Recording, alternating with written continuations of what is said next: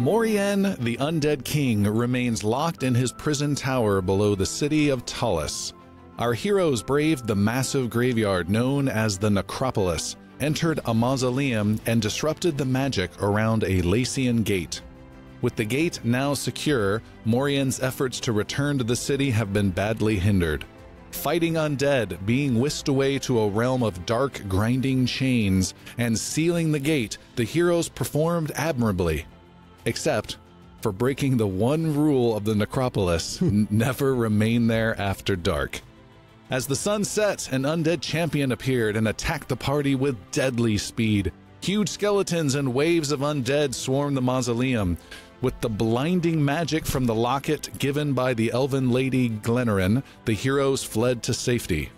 New quests to help change a political vote that would kick goblin kind out of the city, and a task to take back an old manor await our heroes. Puck wants to finish binding that gem of healing to the sword. Okay. I never did that. Sure. This is going back like a ways. Yeah. So I believe because of Avius, I had a roll with advantage. Yeah. You don't have time to do, I mean, if you want, you have to take time to do that. It's 11 in the morning. You've just had your conversations in the quest from our previous session. Okay, cool. I'll do it later then. Yeah, so downtime. Yep. Yeah, which we've had very little of. I think we had decided last time that the most urgent thing is the political vote. Yeah. Yeah. So we have to go to the Masons Guild or the Jewelers, both. Mason Guild and the Jewelers Guild. So we're going to go rough up some merchants. I don't know. Maybe. Hopefully not. Hopefully the charm. Ooh, So well, rough them up. Yeah. Yeah, let's go to the Masons Guild. Talk to Jalmer. That's the plan? Yeah. Okay. The Masons Guild. Group heads off. You head toward the guild district in the southern part of the city, I believe, the Guildsman district. This district has a bunch of cheap houses that are crammed together of hardworking blue-collar type folk. Lots of bad smells of tanner shops and leatherworking shops. There's a huge garbage heap in one corner of this district. A factory stuff, warehouse stuff, and a bunch of guild halls. So it has a very utilitarian commercial style sense about it. There aren't quaint little markets. It's wagons with tons of bulk goods going back and forth. A lot of communication and yelling and cranes, wooden cranes with pulleys moving goods back and forth. There are a bunch of guards at different buildings protecting various assets, but most of it's just blue-collar guys who really don't like the looks of you guys. They give you glares. They watch you. Everyone stops and kind of watches you go by, see if you're going to come mess with their particular business or what have you.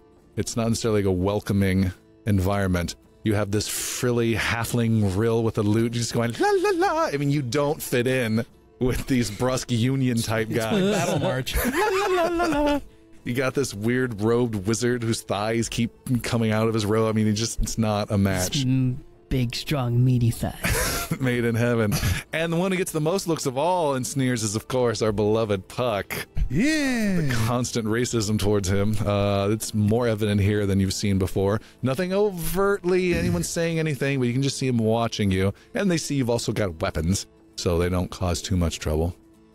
And you make your way towards a guild house you've been pointed nearby. When Puck, you are accosted. You are pulled out from the rear of your party by a man and pulled somewhat off of the road, not into an alley, but towards between some little stalls where some small merchants were set up. And there's a guy there who's got a hat with a feather in it, and he's got a beard and a weird pinkish colored shirt on, which you don't see much, let alone in this district. And he says, "Hey, welcome, friend. I'm Raleigh. You look like you could use some magic. What do you say? Raleigh's got whatever you need." He pulls you over towards his cart. What do you have, Raleigh? "I've got lots of magic. Would you like a magic that could help a fair goblin maiden fall in love? Goblins fall in love, right?" I've got Yeah. magic for that. No, I think I'm all right. What about a magic that could make your mightiest steed run twice as fast all night long? Fast. You could travel across the countryside and back before anyone knew you were gone. I don't think that's real magic. No, it's quite. I have a powder here. Sprinkle it lightly across your head. You can fly, my friend. Fly, Raleigh says. I know a little bit about magic, Raleigh, and I'll even give you a taste. And he gets out this little bag and starts getting out some glitter-like powder. can you how about you Come take, here, How and about you take the taste? He throws some of the stuff at your head, which hits you in Glitter the forehead. bombs, Buck. Yeah, glitter splatters you across the face. And you can make a wisdom saving throw, or you can let his flying magic just affect you. Nope. Okay. A 22. I don't know what's wrong. This normally works. Don't hold do still. that I'll do again. it again. Don't Some do more. it again. He stops. Friend, this can make you fly. I don't need to fly. Can you imagine a flying goblin? No, I don't like to fly. I like my feet on the ground. All right, what about this? How about swimming? How about... No swimming. He literally says that. What about this? This will give you gills like a fish. No, who wants to get in filthy Can you water? imagine transferring your body a bit into that of a fish? Fella, I think I appreciate what you're trying to do here, Some but I gill think I'm powder done. for the goblin. You Everyone, throw that come at close. me. Come You throw close. that at me, and I'm pulling my sword out. The small crowd of 3 people, plus as many of your friends, can join this get together. He's trying to do one of those Ron Popeil type Costco, everyone come together and look at what I'm selling moments. I'll have 2! Yeah, come gather. Look. what are you Look at the doing, magical goblin, everyone. Look at the magical goblin. Fella, don't do this. He comes in close. He says, look, just go with it. I need some help here. We can As make some long as I money. don't have to touch water. No, you won't have to touch any water. And he gets some pinkish goo and he squirts it in his hand and starts rubbing it together. Now, everyone watch close. And this goblin will be able to breathe water. You elf, bring that big bucket over here. Now, goblin, come here. And he starts rubbing the sides of your neck and rubbing and If rubbing. you splash me with water, I am going to chop one of your arms off. No. You'll be touch fine. me with water. He says, now look, and he takes his hands off, and you can see on Puck's left neck, little separations in the skin start to appear, and they get a little red, they look inflamed, but then they look a little scaly, and you have 3 little gill slits that are opening and closing with your breath. Seems he doesn't like water. Has this always been the case? Yeah. Yo, He says, look he is like not a the fan. other one will come in later on, but that one should be good enough. Now, our good friend, the goblin here, what's your name? Puck. Puck the Wonder Magic Goblin, with Raleigh's magic potion, will be able to dunk his head in and hold his breath. How long do you think he can hold it for? 20 seconds? 30 seconds? No, I say 3 minutes easy. Go ahead. Someone knocks the water bucket over. Oh, that's exactly what. No! My friend! Why did you do that? I don't think you understand our goblin's aversion to water. No water, sir. What magic might you be interested in then? I have so much to sell. What kind of magic would get rid of you?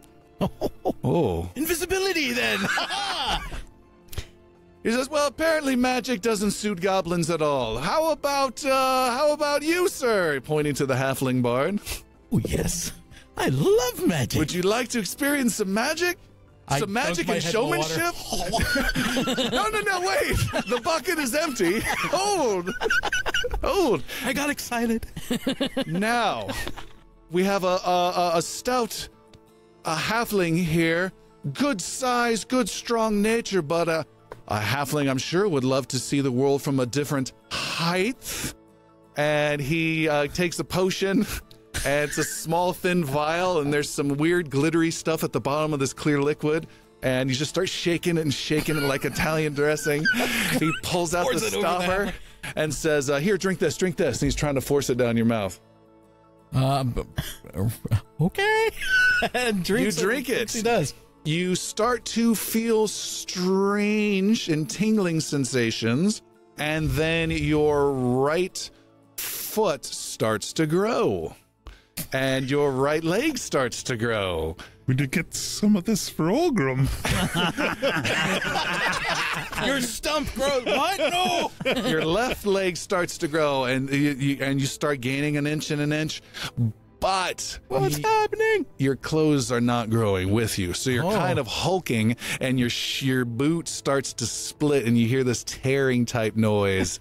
You got those Hulk torn pants are starting to split, and you hear this ripping. But you are getting bigger. Your muscles are you're not getting bulkier or anything, but you're just getting taller and taller. What's your normal height? Like 3 feet, 4 3 feet? foot. I'm a little bit taller than Puck. You start growing, and after maybe 15 seconds, Puck is the height of Elmon. You're eye to eye with Elmon. There's one. Rill is the height of Elmon. Rill is the height. Yeah, sorry. Rill is the height of Elmon. And you are looking at him eye to eye. Your shirt is clinging to you like a Chris Farley sketch, and your pants have been ripped up to your thighs. My clothes! Your boots are sticking out, but he says, "Behold, the giant little halfling. Now, who here would pay 15 gold for such a luxury? I have 3.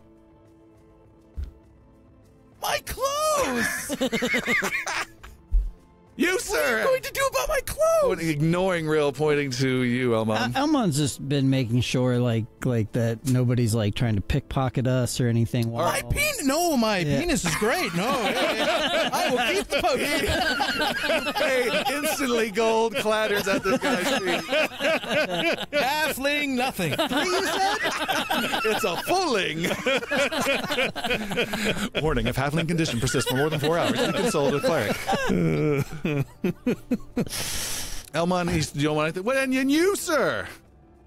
Avius Catorum, yes. Yes. And you are? I am Rowley. Rowley? Magician extraordinaire. I know exactly what you need. A little hair where you used to have some but might be gone. I can replace it. No, I can give you never- tufts of hair where you need it most. I never had hair there to begin with. Oh, that's unfortunate. Here, let me take a look. And as you bend over. Avius bends over. All right, he starts touching little scalp. Yes, I can certainly help with Oh, that. that way. Oh, yeah. I don't. That's paltry little parlor tricks, really. Rill is trying to go through his cart for clothing. Okay. Just grabbing stuff, throwing it on. Okay. I don't think you have. Behold the giant before you. This is no parlor trick. This is not mirrors or illusions. This is real. Yes, Real, this is real. real. You've met, I see.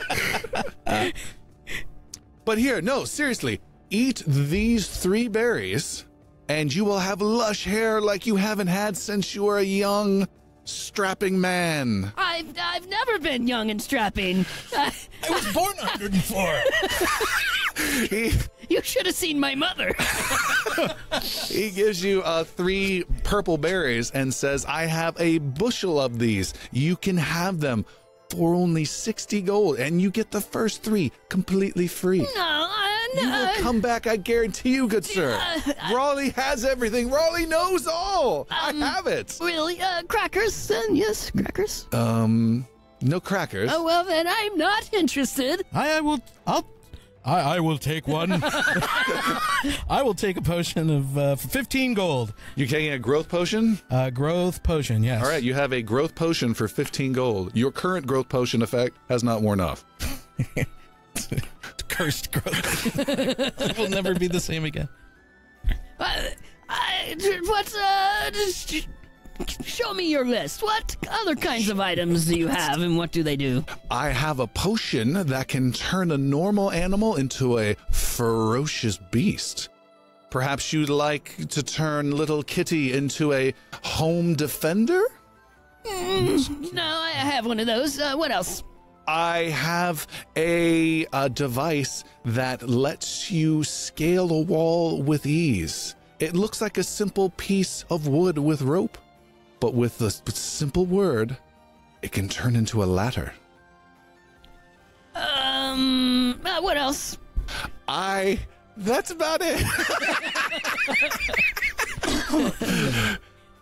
Have you seen the giant growing potions? Gills? I have no need for these things. But I have one last thing. Yes. For the discerning customer. Come here. Okay. Raleigh has something just for you. Clearance bin. He brings you over. It's a bunch of DVDs. No, brings you over and opens up a box, and there's another little pouch. He says, I have dust of invisibility here. Quite powerful. So, how many doses does this pouch contain? It has 3 doses. I'm afraid I cannot give these out for free. Each dose is 30 gold. And what's the, how long does each last? It lasts a few minutes unless you do anything out of the ordinary, anything loud, anything aggressive, or if you open your eyes.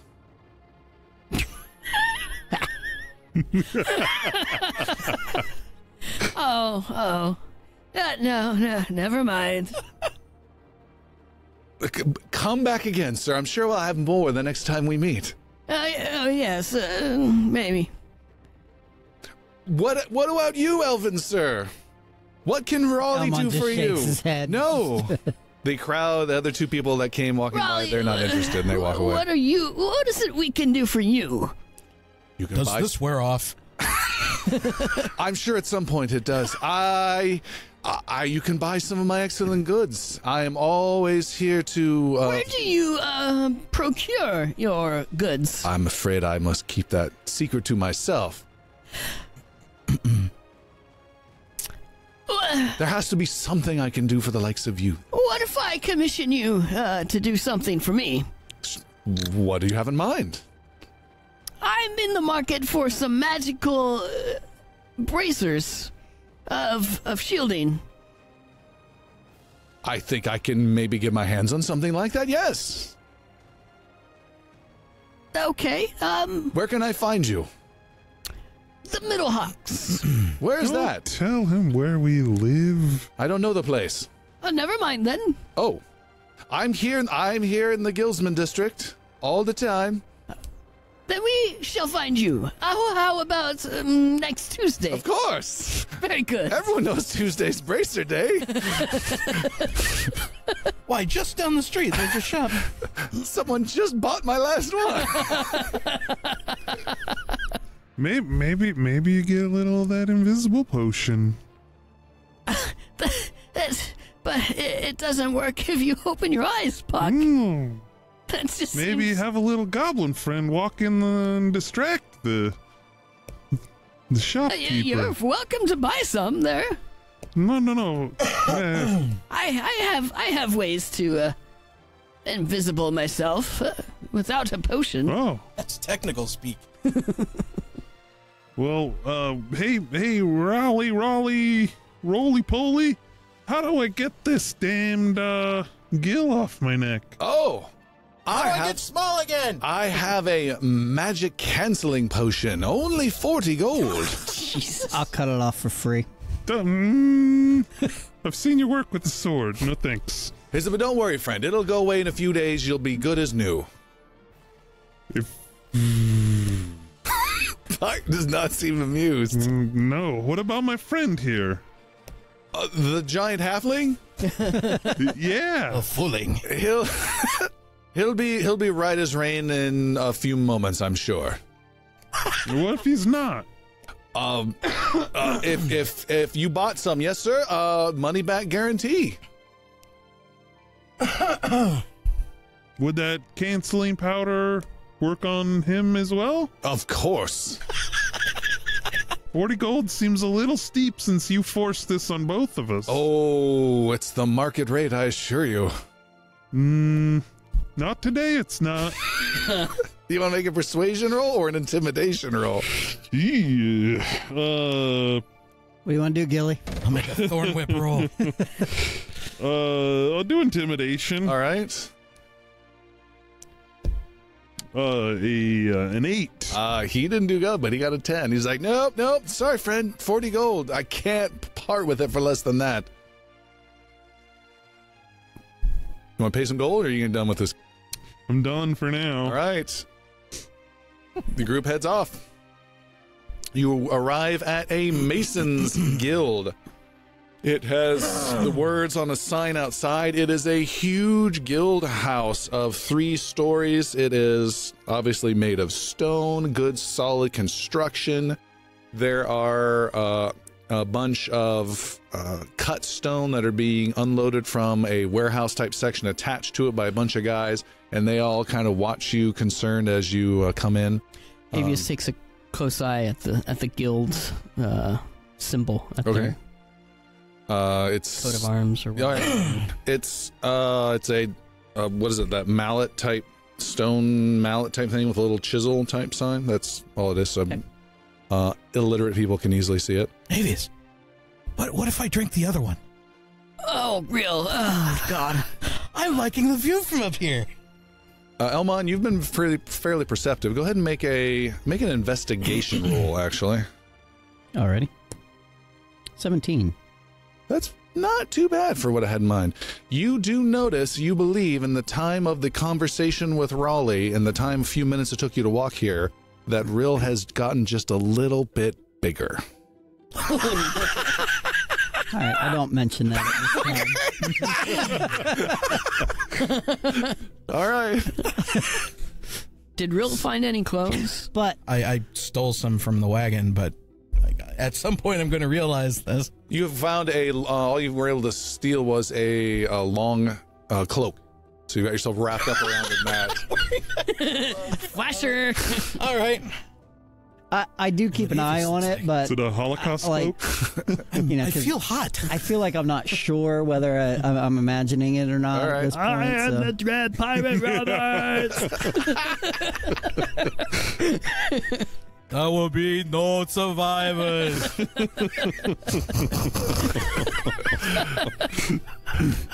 You enter the Masons Guild, and like a bad Wild West town, it's some tables, some guys smoking and chatting and drinking in this little hall right inside. There's about 6 of them, and it goes deathly quiet as soon as you step in.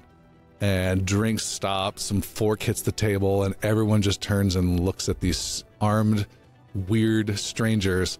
Particularly this tall, weird-shaped head. Like, you're not a normal human halfling, you know, Ty. You're not a human. You're a halfling-headed, tall, like this halfling head on, like, stilts sticking out of this cloak. He looks like a giant baby. Walking, slightly awkward because you can't quite get used to the body yet.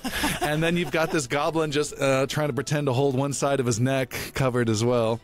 It's a little odd situation. How many guess how many people are in there? 6. Is there like a bar? Are they buying drinks, or they just like brought their own? You don't see a bar. You do see several doors out of here, and just all 6 of them are kind of looking at you. A bearded guy says, "What the hell do you want?" I came here to find Jalmer. Is he around? I say again, what the hell do you want? I have some business with Jalmer. He stands up and comes over. The other 3 other guys, 4 in total, scoot out their tables. It's that quiet scooting wooden sound on the floor. And Elmon just casually puts his hand on the pommel of his sword. Just, you know, maybe it's just a nice place to rest his hand sort of thing. Okay. The player piano in the background slows a bit. A couple flat keys play out. The bartender quickly closes shop and goes in the back. Elmon, make an intimidation roll. 13. 13, all right. You drop your sword. Just kidding. I was told Jalmer could help me procure some rare stone. Yeah, what kind of stone? We don't normally sell to your kind. Boy, I'm getting more country as I go along. That's the racism. Sorry. It's actually Sorry, Texas. Yeah, not to alienate our rural crowd. Sorry, Chris. the stone is for a friend of mine. I don't know a lot about stone. It's a gift, and I was told he's the man to talk to. about getting my hands on some rare stone.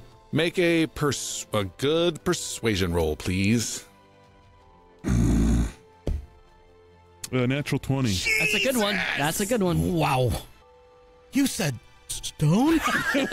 Oh, stone! Well, why didn't you say so? Yeah, we can certainly help you see it. Have a seat. Have a seat.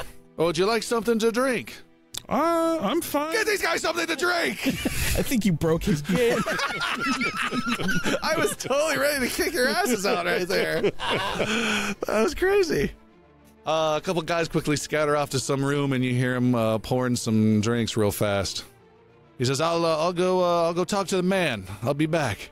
Okay, thank you. And you guys are provided with some beverages.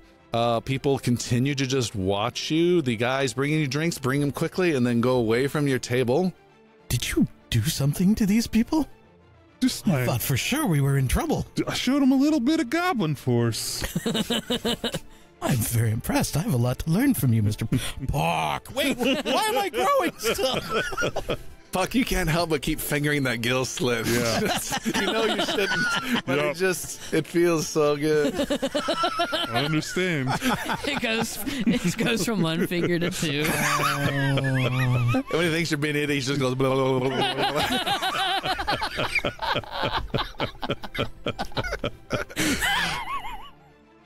He can make kissing noises with his gill. You motorboating son of a bitch. Have you pinch your nose and close your mouth? When he sneezes, Sounds like a kazoo.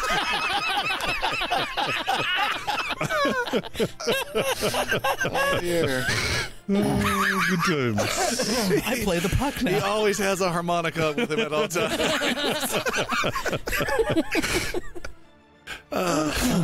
Some time goes by, and the bearded guy comes out and says, "Hey, friend, Jolmer's ready for you. Why don't you come on to the back? Very good. Your buddies can wait here." Okay. Are you sure you want to go alone? I think I'll be all right. All right. You guys will hear me if there's trouble. Jess, just yell through your kill.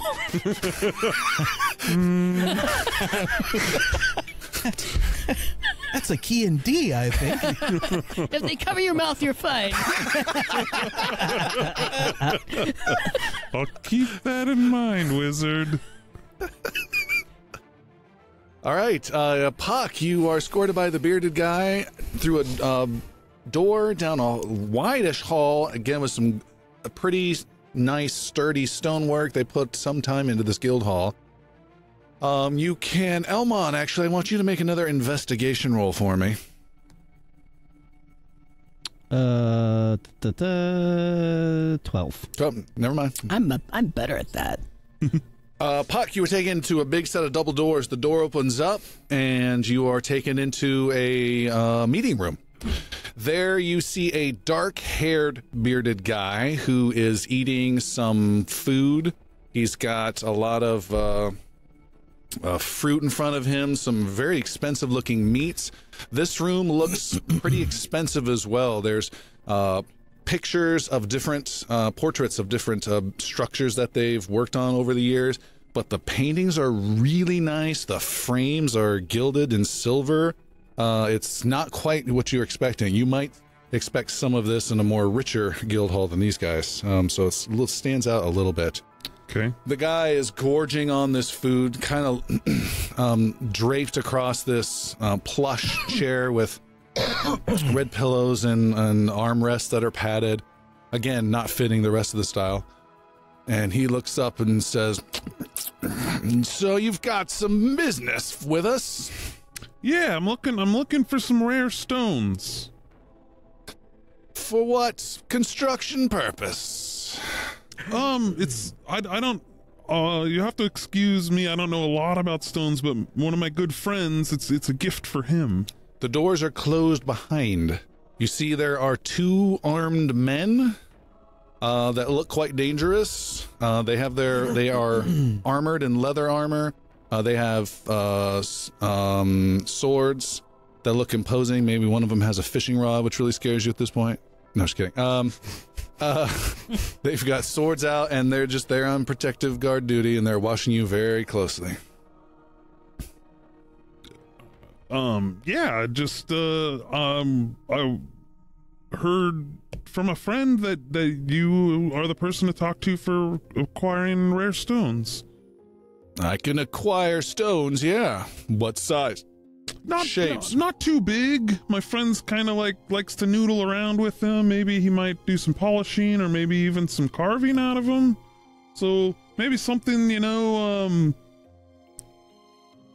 like maybe the size of your fist. The size of my fist's a little small, but You're looking for rare stone the size of my fist. How much money are you looking to spend? This is getting not too interesting for me. 200 gold? All right. That doesn't fancy you? It's a lot of gold for some stones. I've got other business to attend to. My associate can help you outside. Take him outside. I think I need to talk to you though. I've been told you're the man to do it, and I want to deal with you. So how much gold's it gonna take to pique your interest? I deal in thousands. I'm a man of some wealth, and I don't have time for a goblin who wants some pet project. So if you want your stone, talk to my associate outside. Okay, but could we talk about something else? Make a persuasion roll.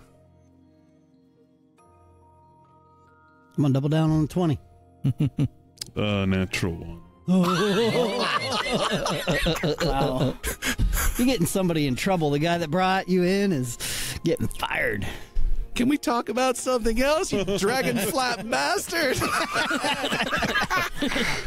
You, in your mind, you say, can we talk about something else? But he then says, what did you just say?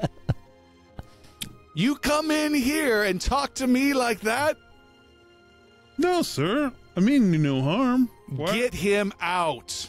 And the guards close in and place hands upon your shoulder, and one lightly touches a gill. What the hell? Jalmer, okay, I'll be honest. I am interested in the stones. They are pulling you out. But I'm more interested in talking about a vote coming up. You may make a persuasion roll again. You're being pulled out the door. 4.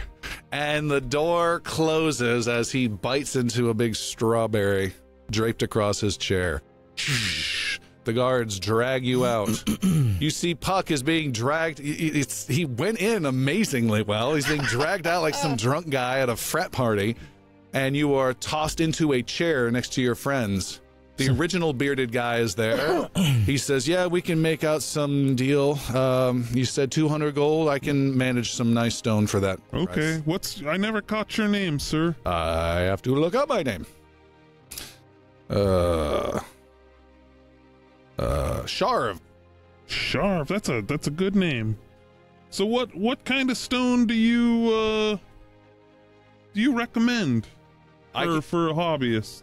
I can get you some marble that size easily. Your choice. I'd recommend the white and black, or white and green, or even white and purple. It'll take us a week, and we can have it even delivered for 200 gold. Okay, that sounds good. All right. Hey, Sharv. He'll take payment. Oh, I'll give him 200 gold. All right, he writes up some invoice-looking thing. 200 gold. Better be. Gave up the last of my 15. Are you really that broke? Oh, yeah, I'm super broke. I thought you were a bard. Like, you can go around town. I haven't been working. So Sharf, are you pretty tight with the Jalmer? I think so. You're not. I'm not. He did not like me. Don't worry about it. He doesn't like many people. You didn't like me at first either, but we've kind of warmed up a little, right? I'd say so. So, can I ask you something? I don't want to touch it. Nope. Yeah, you do. There's a vote coming up to expel orcs and goblins from the city. Are you aware of that? No, I don't deal with politics. I deal with guild politics, but that sounds something more. But Jalmer, is he your boss? Yes. What's his title here? He's the head of the guild? He's the guild master.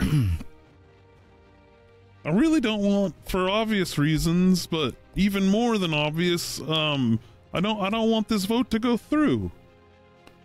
A lot of innocent people will be hurt by it. What would you like me to do about that? Can you give me any advice in talking to Jalmer, maybe getting on a better side than I am now? Jolmer likes fine things in life, and he is nowhere near above taking a bribe. So bring something in just to get an audience, and if you want, bring something even nicer in to get your way. Okay. Thank you. Very good. Thank you very much. Sure. And I'll drop this off at this Middle Hawks Tavern. Got yeah. it. Okay. Thank you, sir. All right. You guys leave the guild hall. So it went well, did it? It didn't. It did not. I got in there real easy. He was not impressed with me real quick. Well, that happens to the best of us, Puck. There's more. There's more cities around. Well, that's where would you guys be without me? Oh, well, I'll go with you. I don't care. I mean, this place is nothing to me. Well, I gotta figure out some way to bribe this guy, but maybe we'll have better luck at the Jewelers Guild. You want to head over there? Sounds more expensive. Hopefully not. Am I still growing? In the time that has transpired, you can sense that you are still growing. Clothes are a little tighter. That cloak's getting a little smaller. Yeah, your shirt, which was really tight, has torn at the neck and the side seams. It's still attached. And you are now no longer eye level with Elmon. You are above him. Which I believe makes you the tallest person in the party. That is bizarre. Very. And you're stumbling every so often. You don't know where your feet are. Making dex checks just to walk through a door. Avius, is there anything you can do about Stretch over here? Let's see. It's not bad. Little trouble playing my lute, though. He's got these big fat fingers that are just hitting 7 strings at a time. I've converted to a drum. Now I'm just playing the back of the lute. Avius is I checking could dispel magic. It would probably be functional. What do you think, Real? You like your new size? You want to see how big you can go? No, I really don't. There's use for this, but not right now. What level was yours? 3. Yeah, I mean 9. You can no longer cast magic yourself. You can just play tunes.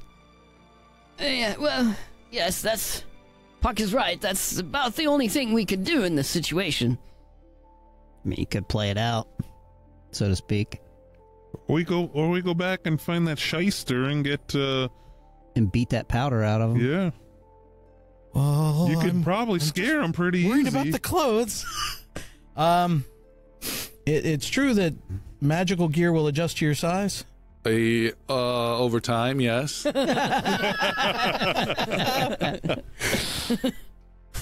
I happen to know if it would fit right away? Yeah, you have that appearance type armor stuff. That I don't know. There is one way to find out. Make an Arcana roll. I'm not See ready. if it breaks. The initial thought of filling all of this into something designed for halfling size doesn't appease my genitals, so I'm not going to be doing anything like that. I'll let this ride for a bit. We'll see if it gets a little crazy. Your final sound would just be a squeak. Super wedgie. Studded wedgie. What's the plan? Yeah, I mean, Event what do so you... traumatic requires a second retirement. Real? Do we need to go find you some clothes, Real? I think a little dispel magic might be in order. Okay, come here, sir. I'll cast Stand back. level 3 Dispel Magic. All right, you weave your hands, Puck, and focus the magic. It tends to, the source you're able to discern is around his belly.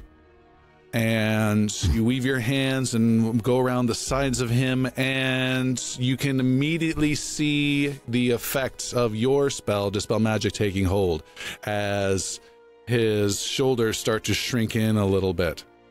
His size starts to drop down a little bit. You start to get smaller and smaller. You're like deflating bit by bit, and it's happening faster. The awkward part is your head is the last thing. So it gets to this point where your head, you got this baby head situation where it's starting, going left and right, and you are this giant-headed halfling, and then your head This feels so weird. Why is my voice going up? and then your head goes back into normal shape, and you are back down into a normal rill with totally shredded clothes and boots, with an ill-fitting cloak that's draped past you like a wedding gown, with your hand on a vial of the potion for use for later. Looking good. It's magical? I don't know. Were your boots magical? Yeah. The boots were magical, yeah. The boots are not damaged. Then I stand corrected. You took 2d10 points of bludgeoning damage. 2d10? Yes. My shoes are tight! Sorry. 2d10, ow. That is a little high, actually. Let's do 1d10. Let's do 1d10 plus 2. I'm not going to argue with the Game Master. 1d10 plus 2. 1d10, 2, 1d10, 10. Yeah. But you had those 7 temporary, so you're not looking So I terrible. busted through a shield. So big. That must have looked really weird. I know. Each stuff is squirming in pain. Magical runes fighting against. It's like a bubble wrap sound with each step you took. I think I'm all better now. And with the final, I don't know, development of it, I snap my fingers and have a nice suit of studded mail on. All right, your magic armor appears, and you look normal. Can't go around naked. But the armor goes in at the full size. Yeah, it was adjusting. You just see the suit of armor standing, and then it falls over. No, you're fine. All right. All right. What's your plan? How you still need clothes, or what do you want to do, buddy? Oh no, this will do me fine for now. Okay. As long as I don't do. Oh. Well then, you guys, let's go over to the Jewelers Guild. Elmon, you can make another investigation roll. 22. That's looking better. Elmon, you, as soon as Puck says that and you guys start heading out and asking some folks where the Jewelers Guild might be located, you see that you are being watched from an alleyway. Okay. And then as you walk along, you see there are some, two figures following you. Smaller figures, like halflings, like what? Goblins. Could be, and they're hooded. And they're following. We picked up a tail. God, no! The potion did something else? It's disgusting, I assure you. Well, let's deal with that now instead of letting them follow us all day. All right. Are they a threat? I don't know. Only one way to find out. Yeah. Arrows go flying. Citizens dropping. It suddenly becomes heat.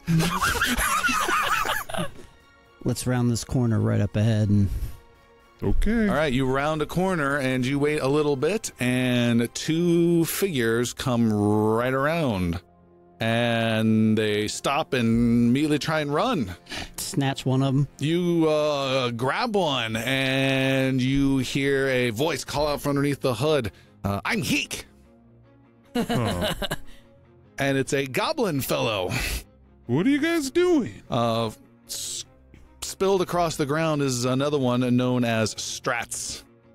And he says, hey, friends. How did it go? Still working on it. That means it didn't go well. Why are you following us? I wanted to know how everything went. This is very important. It's as important to me as it is to you. Believe me. Well, you're a hero in this city. Still a goblin. They might make an exception for you. For me, I'm a businessman. They'll still throw me out. And I'm Heek. He'll get thrown out immediately. Not if I'm going to do everything in my power to make sure that doesn't happen. And if we don't, they'll throw us in the prison under the city. This is important. I know it's important. We just started working on this. You got to give us some time. How much time do we have? Not long. About 20 minutes. No pressure. Look, I've got another option. What's that? You may not like it, though.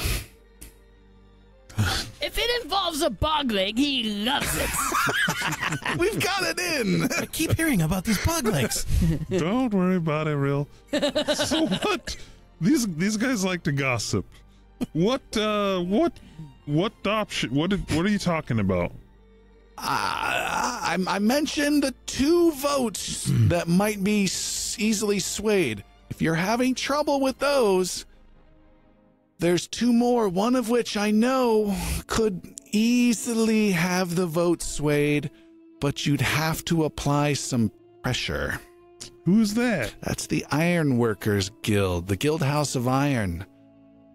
They have been manipulated in the past by one of the criminal families to get done what needs to be done, and I think some strong-arm tactics that you're certainly capable of, you could easily bend their will.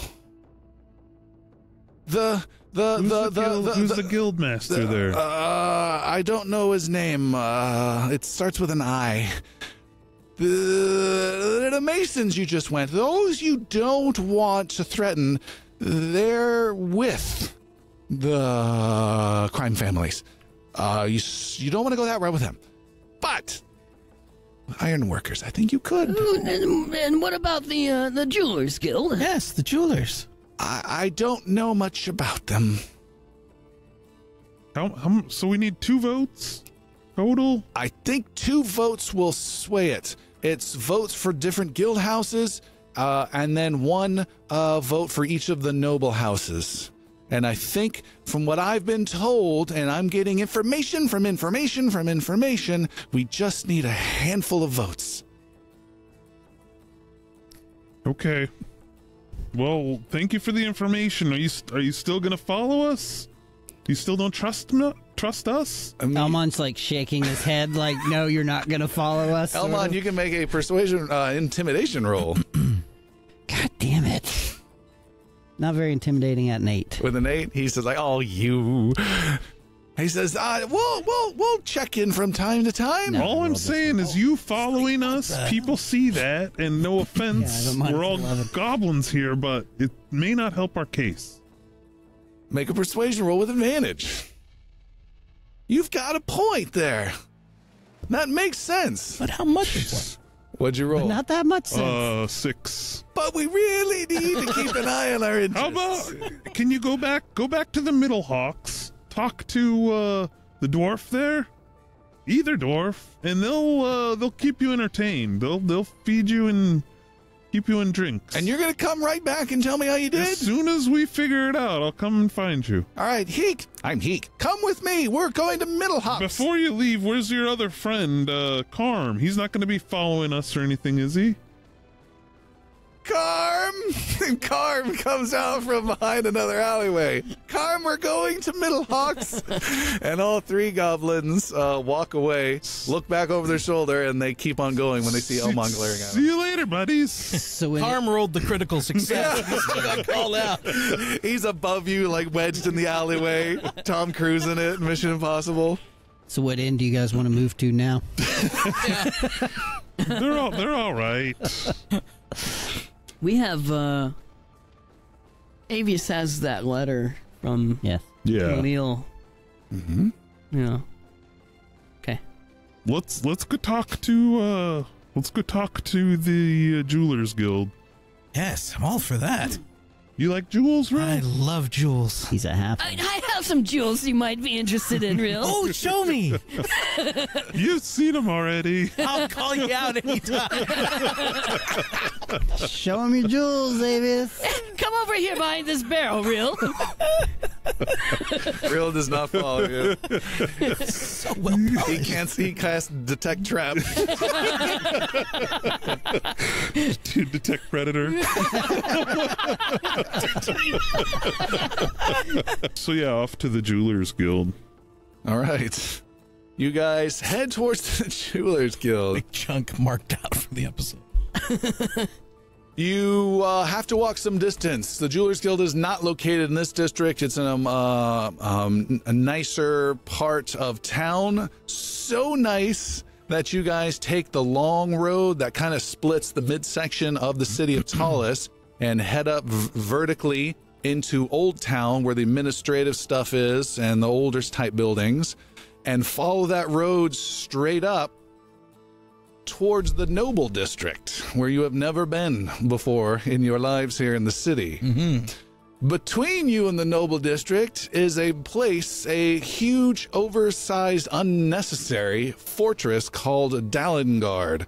It is a white fortress castle with tons of walls, with red towers, multiple towers all across it, reinforced, heavily made. If Olgrim were here, he would be able to identify incredible dwarven craftsmanship that's been placed on this, although designed for humans. The road towards the Noble Quarter, Noble District, goes right through a giant arch with two huge gatehouses with city guard standing outside, and it goes right through the heart of the courtyard and up again towards the Noble District, which is the highest district of the entire city. There's even walls there. You can see beautiful minarets, this untouchable paradise just beyond. And as you're heading there, though, and there's one more thing, right behind that Noble District's the end of the whole city, which in this case means a giant 3,000 foot tall spire that rises up right behind the Noble District. And so you guys are approaching. Compensating for something? You can see there are a bunch of guards outside. They check a wagon that goes through. They don't check another wagon goes through. These do not look like the normal small guard tower type guards that you might find in your midtown type district that will easily take some coins to look the other way. These guys have a slightly different uniform that's much more well kept. They have much more rigidness and professionalism to their duties. And Rill starts going around to each of his party members and starts preening them. Okay. Tucking things in, slicking things out, and using big, long swipes of his halfling tongue to slick his hand and rub it through people's hair. And Someone just shakes his head. I just, No. there are a few dexterity checks involved, but I try to do this with Elmon too. All right. And try to get everyone kind of looking a little bit better. A little more. All right. Stand upright. And you guys are walking on through.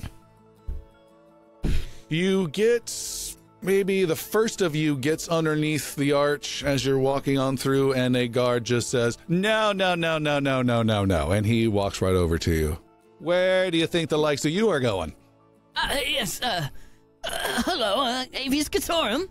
Let's step back, let this wagon through. Another guard lets some wagon on through. I sidestep with him and just stand next to him. All right. Big old gleaming. My associate, Real. And we're going to, we have business in the Noble District. A beautiful woman and two attendants come walking the opposite direction, and they're just looking at you and stay on the other side of the road as they get into the city itself. I wink. Avius smiles and waves. Does a little kissy face. Avius, make a persuasion roll, disadvantage. Disadvantage. Yes.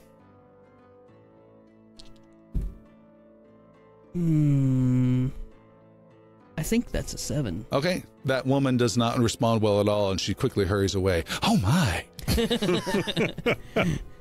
Damn, could have worked for the guard. Oh, my. Yes, as we were saying, business with the Jewelers Guild today. That's where we are headed now. And what kind of business? We have some jewelry to commission. I'm guessing by the looks of you, you're either mercenaries or adventurers. You don't look like assassins.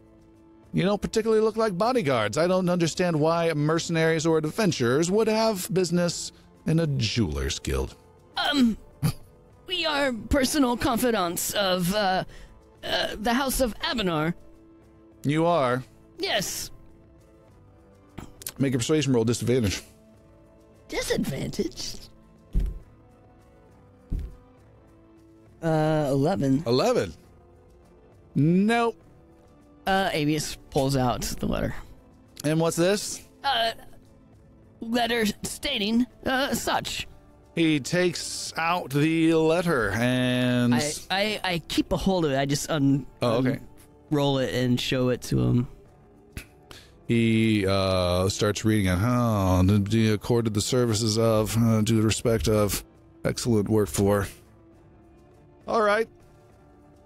You're allowed through, and I would like to see you pass by these gates before sundown, or I'll have someone come find you. Oh, yes, of course. There's no problem at all. Excellent. Good day. Good day. You walk on through. You see there's some parading guards off on this courtyard. This is where the lion's share of guards are at, and the best of the best are here in the Dalengard Fortress. Elman does give the guard a little nod of respect on the way by. All just, right. you know. He slaughters you. You guys walk on through. The road ascends somewhat steeply, and you have arrived in multiple senses of the word. You have arrived in the noble district. You can turn around and see this imposing white fortress with red capped towers is now just slightly beneath you. Then there's Old Town, which you had aspired to for some time and went up to, is now beneath you. You can't make out Middlehawk. It's way down there. You can just see fires and roads and chaos of people and traffic off in the distance. Even further beneath you in the tiered setup, you can barely see maybe the masts of some distant ships of the docks that are even way further out in the dock. Everything's just beneath you. It feels good. You're almost up in the clouds, if you will. Fresh air. It's beautiful. Smells good, clean. This is the noble district. Everything's a huge manor with huge yards that makes Maleel's place look incredibly dumpy. He would love to be able to get to here at some point. Huge spaces between. You can see off in the distance the most glorious Lothian church you've ever seen. Huge, with huge edifices and amazing stained glass windows and golden things sticking out here and there. There are, it's not just roads, it's roads that are wide, that are with cobblestones that are extremely well maintained, even maintained with magic to make sure they're perfectly level and smooth and don't break down. Broken up only by gorgeous planters of trees and roses, and everything's just amazingly well maintained. There, isn't a lot of traffic, and those that are attendants that are moving to and fro. And the place also has a lot of guards walking around in pairs, and they cast a glance your way, but they don't cost you at all. And you are able to find the Jewelers Guild. It is small and dumpy and not really nice in comparison to everything else. It's like an annex of someone's house. There's this Jewelers Guild that has access to the main road, and it's still just fantastic compared to where you've been before, but it's just much more plain. It also looks very secure, and everyone but Elmon can make arcane rolls. Yeah, I cast spells too. You're too busy watching your 6. 20. 13, wow. Oh, natural 20. 20 and 22. Rill, you can detect a sense of not specific magics or anything, but that there is a plenty of magic around this building. And Avius, you experience the same thing. Even as you approach this gate, you can sense that there's some magic protections around this Jeweler's Guild. Do I know what kind? No, you'd have to cast a detect magic type to get more specific. Use your staff. I have detect magic. A spell or staff? Staff. Yes. Here we go. All right. I pull out my staff. This is the only staff you have. No. Well, I have the Rod of Harrowing, but... Yeah, that's Isn't the rod more just like a 3 that. foot? Yeah. So Scepter. No, this is my... I assume that, this is your... Okay. I keep it. Yeah, I'm thinking you Can I have the determine rod what back he's there. doing? Oh, yeah, maybe I do. Okay. Can Rill determine what Avius is up to? Make an arcane roll. Can't get blasted with magic. A 10. A 10. He's playing with his staff. Nothing new. Nothing new. Proceed. Avius pulls out his staff and just kind of like, I just hold it out and closes his eyes towards and points it towards the, I'm on Gates steps and- away. Okay. A couple steps I think back. Rill steps away. Everyone steps away from Avius with his eyes closed. They're on the other side of the street when you open your eyes. and you hear Avius say, detection. And for the first time, No. the staff goes ding, and a little blue light emanates from it. That's not the first. Oh, wasn't it? Okay, yeah, that's what happens. No, okay. 6 wizards descend upon you. Yes, there's magic here, yes. We've confirmed. And that takes a charge. It does, yeah, Okay. it did.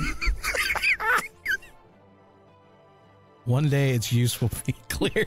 Someday, you'll figure that shit out. The final boss isn't dying. I just pound him with it. Detect this, motherfucker!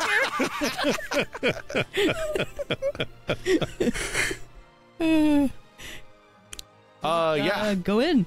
You head, there is it's gated with a metal gate, and there is a guard at the gate that is ethereal in nature. The guard or the gate? The guard. The gate is iron that you think is stronger than iron because it does not look rusted, it looks incredibly well maintained. And the gate, one side of it opens without anyone touching it slightly. And on the inside, near the gate that did not open, is a mass of about 8 feet tall of white swirling magic with some arms that kind of stick off. And then it emanates some air type puffs, like some sort of elemental of yellow and white swirling colors all around. And it doesn't say anything, and it just watches who's first to go through. Avius? I would be second. All right. It just watches you, Avius, as you come in, letting you know it's got its eyes on you. Hester, is that you? It does not respond. You see no eyes, no mouth, no nothing, just arms and the swirling magic. It's quite impressive, the protection magics. Must have some very impressive jewels here. And they must, yes. You head in, and there is a door into this building. The building, again, is not as fancy as all the others, but it is still looks really nice, got some trimmings.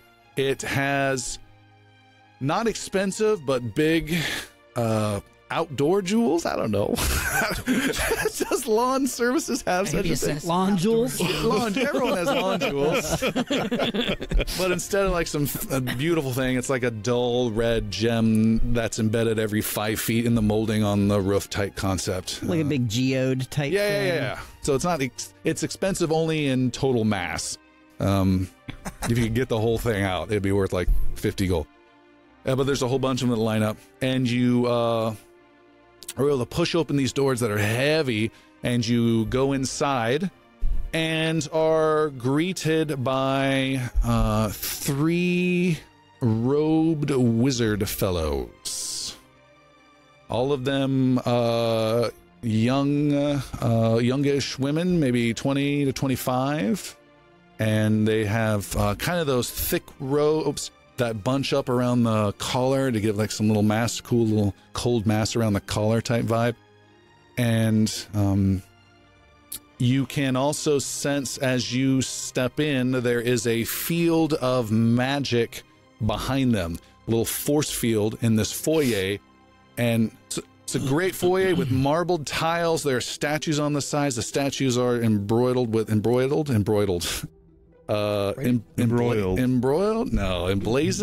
gems. I would say emblazoned, embroidered in pliers. Embroidered fabric, but sequenced with denim jacket. No, there's statues, a bunch of gems. That's called bedazzled. Embedded. yeah, it's bedazzled. Bedazzled with gems and sequins for the country dance.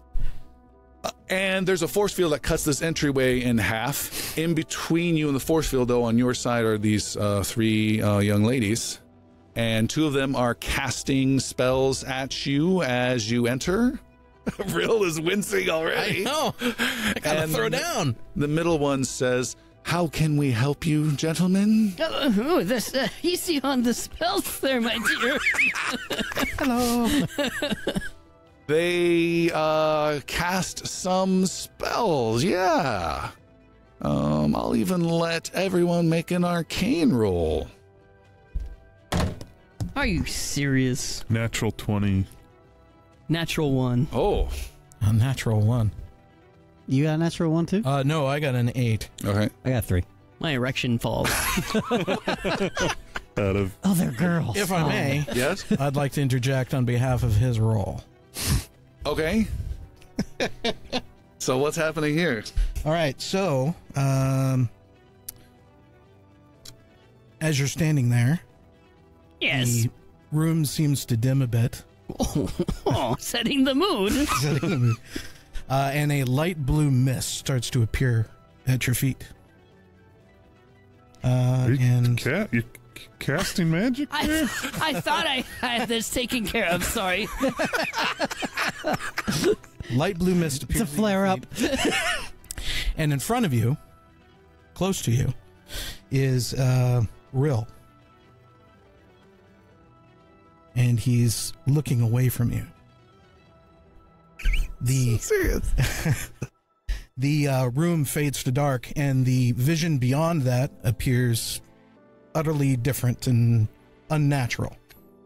And then that gives way to a forest setting. And it's just you and Rill standing in this mist, staring out into this. Rill turns to you and says, a tune keeps playing in my mind, and it will not leave. He turns around and he looks out into the mist. Do you know that history tells of where the halflings come from? He doesn't expect an answer, he just keeps going.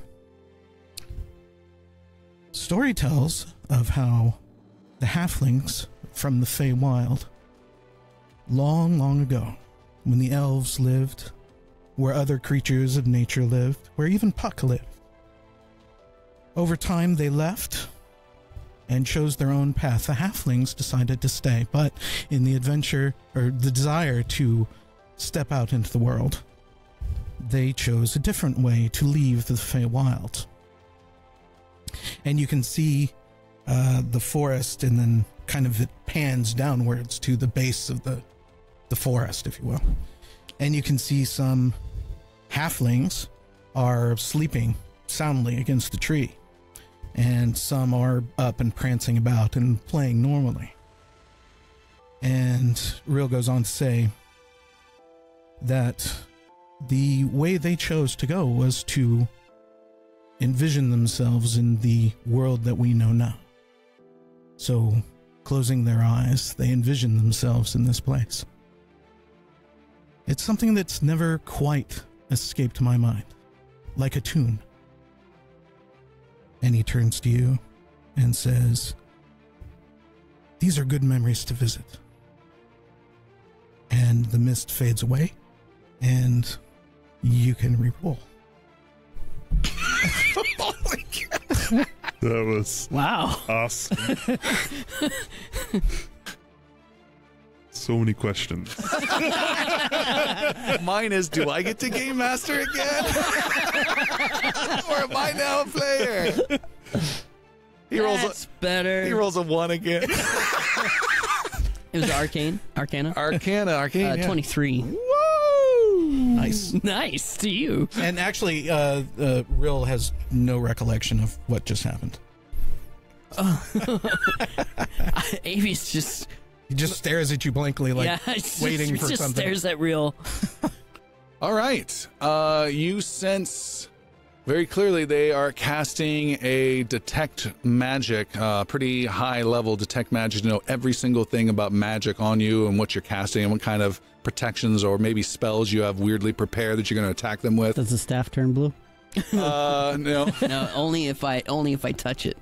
And none of you had any prepared spells. I say all of to mine them, exist as prepared, I guess. No, not in that way. Cast Not- on, concentrations ready to go, or anything that lasts a time. Avi says, I assure you, spells. my dears. What about your We are here. Don't give him any ideas. We're here just for business. We have no tricks up our sleeves. And that one of them says, and boom, Rill, you are covered in a completely clear bubble that is impenetrable by anything, and Rill starts rolling back out the door. What? Excuse me. That's our halfling. He was new anyways. There is no magic allowed in here, Well, and something's amiss with that one. he's. I sense something about trees. I'm holding onto the doorframe. You are outside, and you are now rolling down the path towards the gate and the elemental form, and the gate is creaking open again to allow your. Please. You guys are still inside, and he's monkey balling it out towards the road. Pardon me. I will be right back. And I run out Okay. and use spell magic. Would I use dispel magic or counterspell? Counterspell is when they cast, so it's a little too late for that. All right. You may as well just set up a fireball.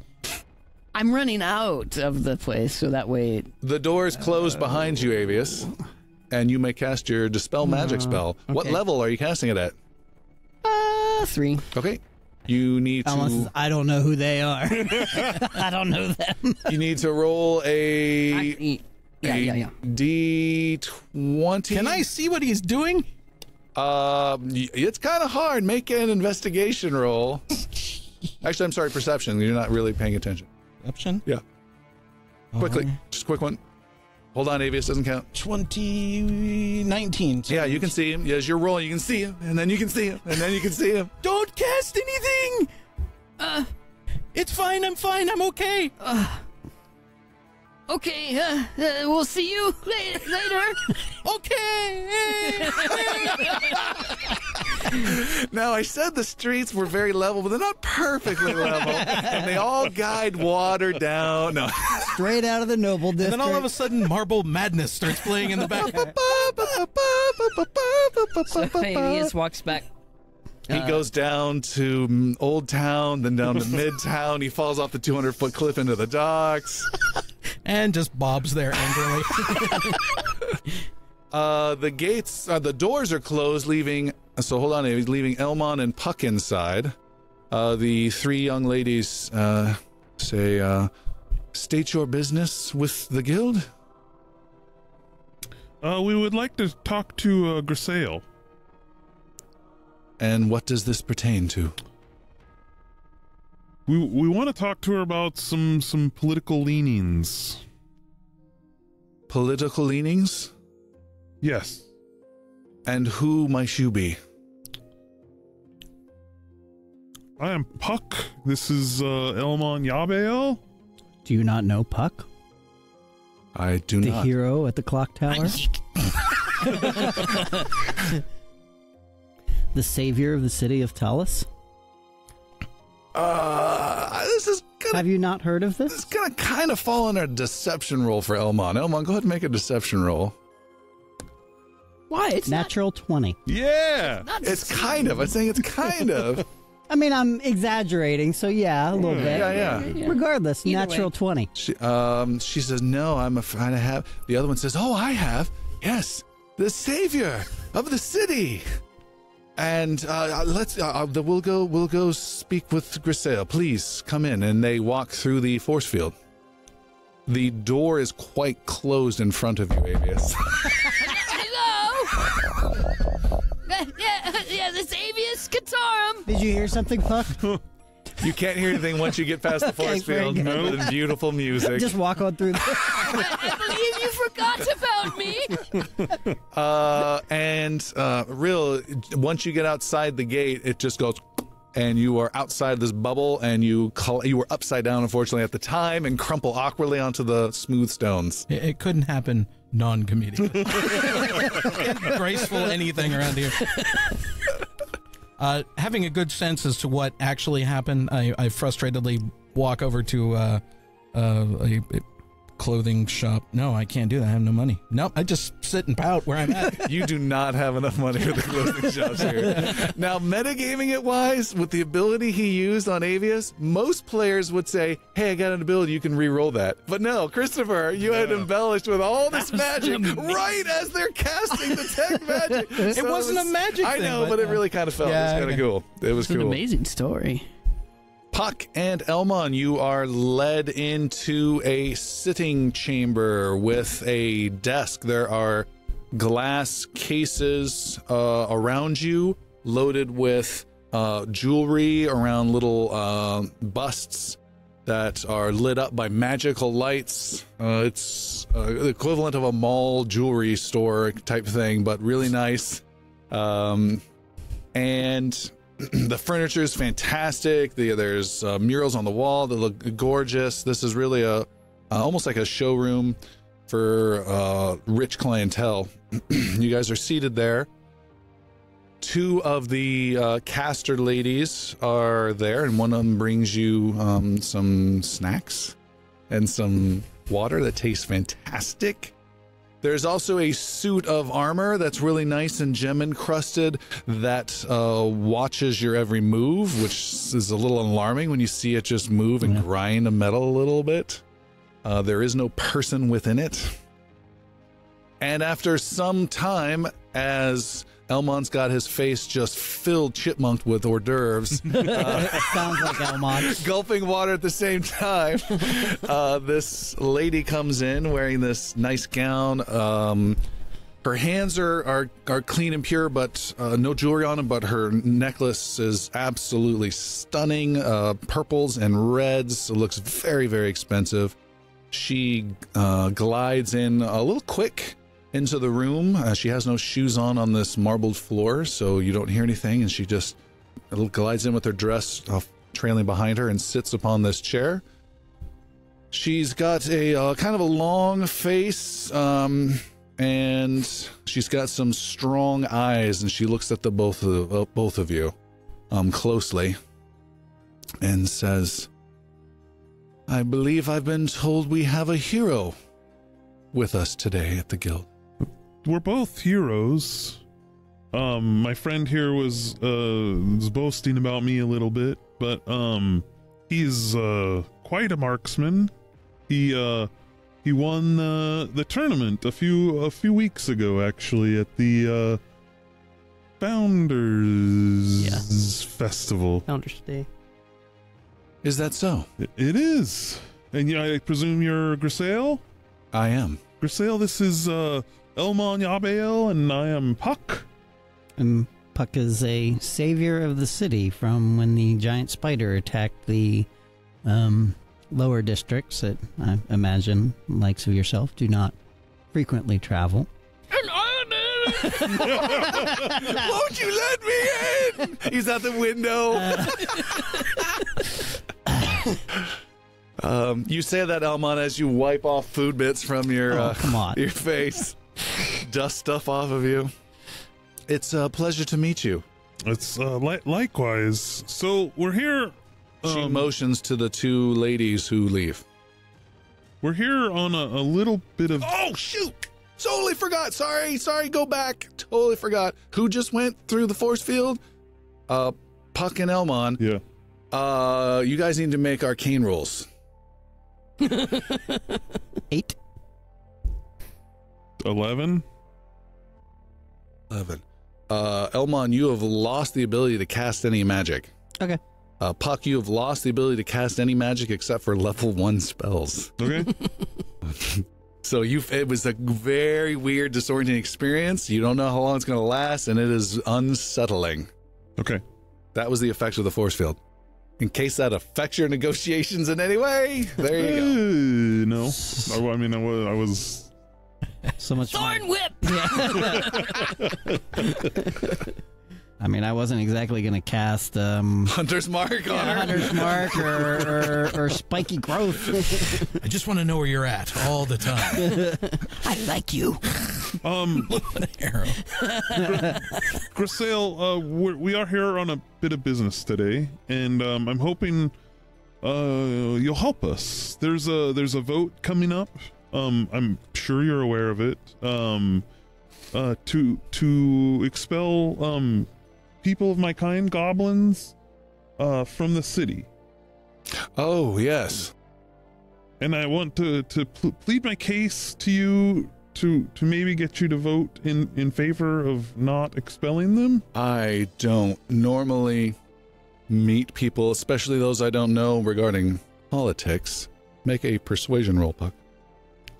She says in character. An 8. 8. Somewhere out there on the road, Rill is just biting his lip with just massive persuasion bonuses. Son of a bitch, you hear off in the distance. We can't have that language here. I scored him. No. I know it's asking a lot, especially we don't know each other. We've never met. Haven't really heard of each other until just this moment. But it would expelling all the goblins from the city would be detrimental to my race. Elmon, you can see, by the way, I don't know. Actually, hold on. While you're saying that, Puck, Elmon, give me an insight real fast. Insight would be 15. You can see he has started to lose her right off the bat. You were going to say something? I'll say, and goblins are very big fans of jewelry, and I feel that your business and your guild indeed would potentially lose valuable customers in the goblin clientele who are very, very fond of baubles and jewels, as you well know. And she raises an eyebrow and looks at you, Puck, looking for some sort of confirmation. This is true. Look at the gem in his sword. Yeah. I mean, they draws it on him. I draw it and then hand it to her pommel. I mean, first. they even decorate their A weapons. huge footstep and a mailed hand intercedes, and the suit of armor steps in and immediately grabs the sword, and she waves her hand, and it lets go, and it steps back, and you are able to place it on her desk. After having already killed Puck. Well, that's unfortunate. I forgot to mention, don't draw the weapons. You didn't go through the force field, did you? She looks at it. Go ahead and make a persuasion roll, Puck, with advantage.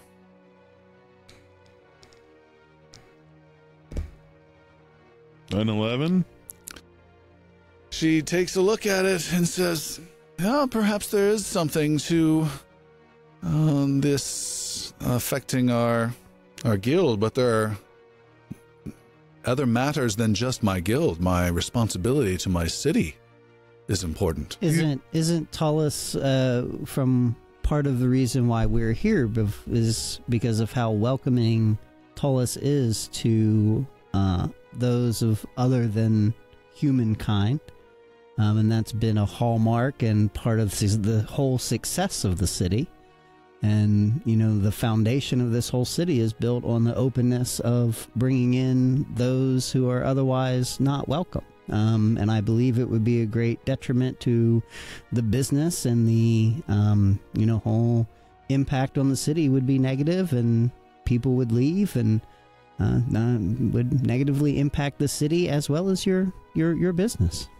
Puck, insight, and Elmon, get ready for a persuasion with advantage.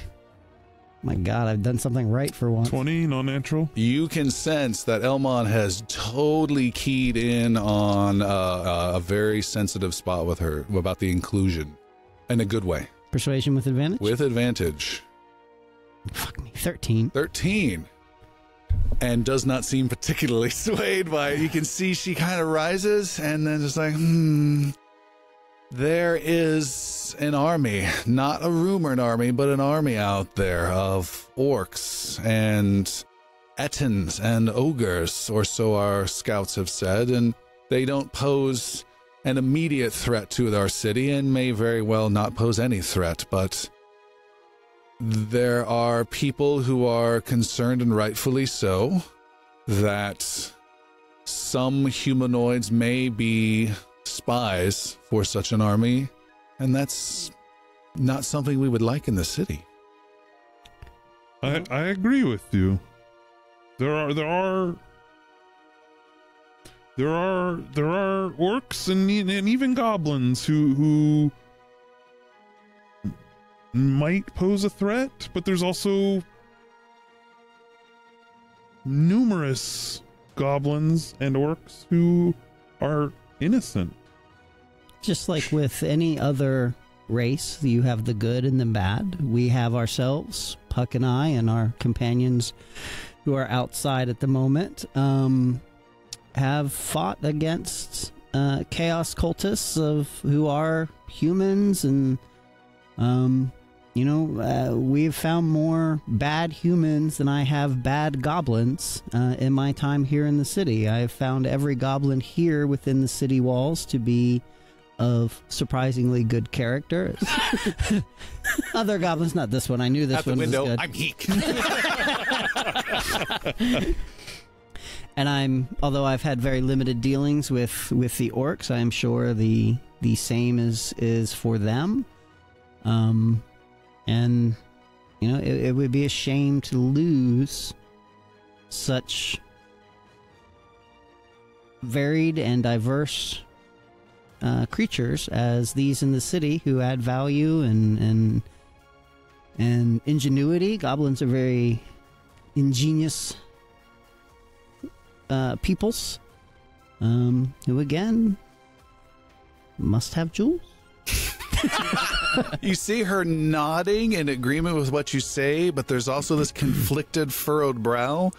We're going to do a group advantage roll. So, Puck, you're going to roll your full-on persuasion. Elmon, you're going to run your full-on persuasion. Don't roll yet. And Elmon, was so good, you get a weird advantage on top of that just for yours. Okay. This is a weird roll we've never done before. We're going to see, and whoever gets the highest, we'll go for. 16. 10. Okay. She says, what you speak of certainly rings true, but I'm not sure my vote alone will make much difference. Both of you may make an insight roll as well. 13. I am insightless. Okay. With even a natural 13, 1. That's not good. You high-five this armor. This guy knows what I'm talking about. Don't you, buddy? Puck, you can sense that she's ready to wrap up this meeting one way or the other soon. Okay. I know your vote alone maybe won't swing it, but I have to try. I have to talk. I'm going to talk to you, and I'm going to talk to some other members of the assembly, and do my best to make my case. And if you were to vote the right way, I would consider that a great act of courage and of nobility, and I would be deeply in debt to you. And furthermore, all of us would consider that the same, and my two companions who are again outside, although powerful themselves, we would all be indebted to you. And certainly, if there is anything that you may need of, varying degrees, we would most likely be able to serve in a capacity of assistance to you. Whether it be something within the city or something without. I'm afraid my vote cannot be so easily swayed. The two of you may make a persuasion roll, and we will take the highest of the two. 16. 8. What did you get, a 16? 16. But for a hero such as you, Mr. Puck, I believe an exception can be made. I appreciate that more than you'll ever know, Grisaille. She's And where might I call upon you if we had need of your services? Our group is staying at the Middle Hawks Tavern. And if this vote falls through? I'll still be in your debt. but living outside the city. Then But you're not going to be able to find us within Midhawk. he's gone. Gone. She says, then we have ourselves an arrangement. And she stands up and holds out a hand to shake. I shake away. All right. Thank you very much. We will let you get on with your day and bid you adieu. All right. You've been most gracious. Thank you. You guys are escorted out. Once you pass through the force field, you regain 1 level of spell slots beyond what you have. So that's level 1 for you, Elmon, and you're now up to level 2 only. That's right. Most of my spells are level 1. Yeah, you're good. I'm not You're too worried covered. about it. Yeah. I still got Hunter's Mark. Yeah. And outside you see, still banging on the door, is Avius. Did you get me any cookies? And then out there's the gate, and there's just Rill's just pressing his face right so hard he wanted to be in that room. He's got So grill marks. I'm just shaking his head at both of them. Did it go well? It went far better than I thought it was going to. We have 1 vote. Well, that's wonderful, right? It is. It is. We need 1 more. And who do we ask for that? Well, we can go find some way to bribe the Masons Guild, Jalmer, or we can go talk to the Ironworkers Guild, but like my little friend said, we'll probably have to use a little brute force. With the iron workers? Yeah. Well, then, let's go. Who's ready for adventure? We could try to just sell our services at the beginning before we force the issue. I mean, they may be willing to, change their vote or vote for us if we offer them services. I don't want to jump into bed right away with somebody that I don't know. Well, never. Not actually. Sure. I am for that, but we may have to do some things we don't like. Elmon just shrugged. Yeah. They're all guilty. You're Yeah, Avius, you're more like, who's ready for racketeering? It'd be a shame if something fireballed this whole guild. It's all iron. I don't know what to tell you. Damn it! Do you want to take the lead on this, Elf? You're the most intimidating out of us. I'm not the most convincing, though. You don't look at me. Everyone's looking at Rill the bar. Can we stay together? Yeah. Rill, If there are no magic bubbles, Can we not to do anything? I don't want to stupid make this you time? jealous, but you would have liked it in there. So let's not. Just looks longingly through the gates at the. We'll be back sometime. I bet those are worth a lot. We'll He's get like you one some of the jewels. kids that didn't have a golden ticket into Yeah. the Willy Wonka chocolate factory. Aw, poor Rill. I'm assuming the Ironworkers Guild is back in the guild district. It is not in the nobles' quarters, correct? Yes, yes. I mean, we could go. I guess there would be no way for us to insinuate ourselves back into the Mason Guild. I think we should let the Mason Guild cool off. All right, Yeah. fair enough. And what the little guy said about them being tied in with some of the syndicate Criminal elements. families may not want to get too tied in too tight. Mm. Perhaps Maleel is not a nobleman, but I'm sure he knows of some. And if the nobles do have votes, Maleel may be able to affect them in some way. Maybe we should stop by. I was thinking about that too. Maybe after we talk to the Ironworkers That's Guild. a lot of walking, Puck. Do you want to ride? We're up here already. He's a lark scooter. Real before we leave the district here, can I offer to get you some clothes? You're looking a little What he's wearing is fine. little Let's do it. shabby. That's a little chafy. I would love some new clothes, Okay, let's go. but I It's wouldn't on buy me. it here. Why not? They go by the bar. It's a little pricey.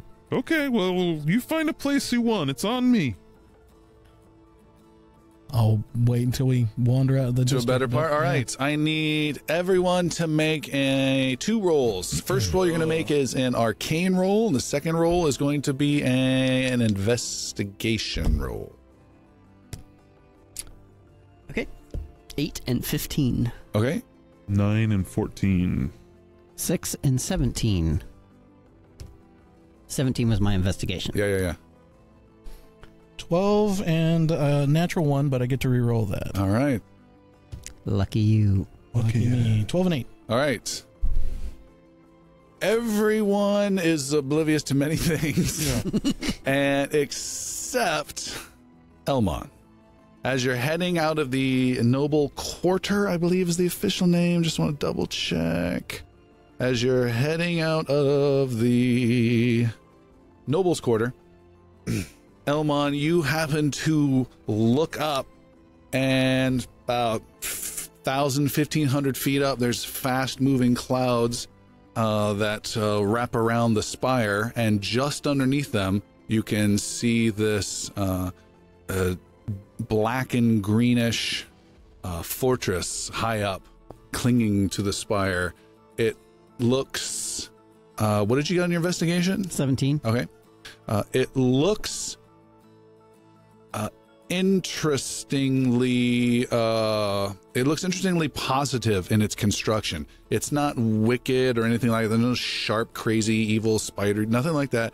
Looks like a nice tower, a couple towers, a couple fortress-like structures that all extend out that have been slightly misshapen, but they're colored again. Everything's a black and greenish color. But that isn't what your, one more time, 17? Yeah. That isn't what your 17 sees.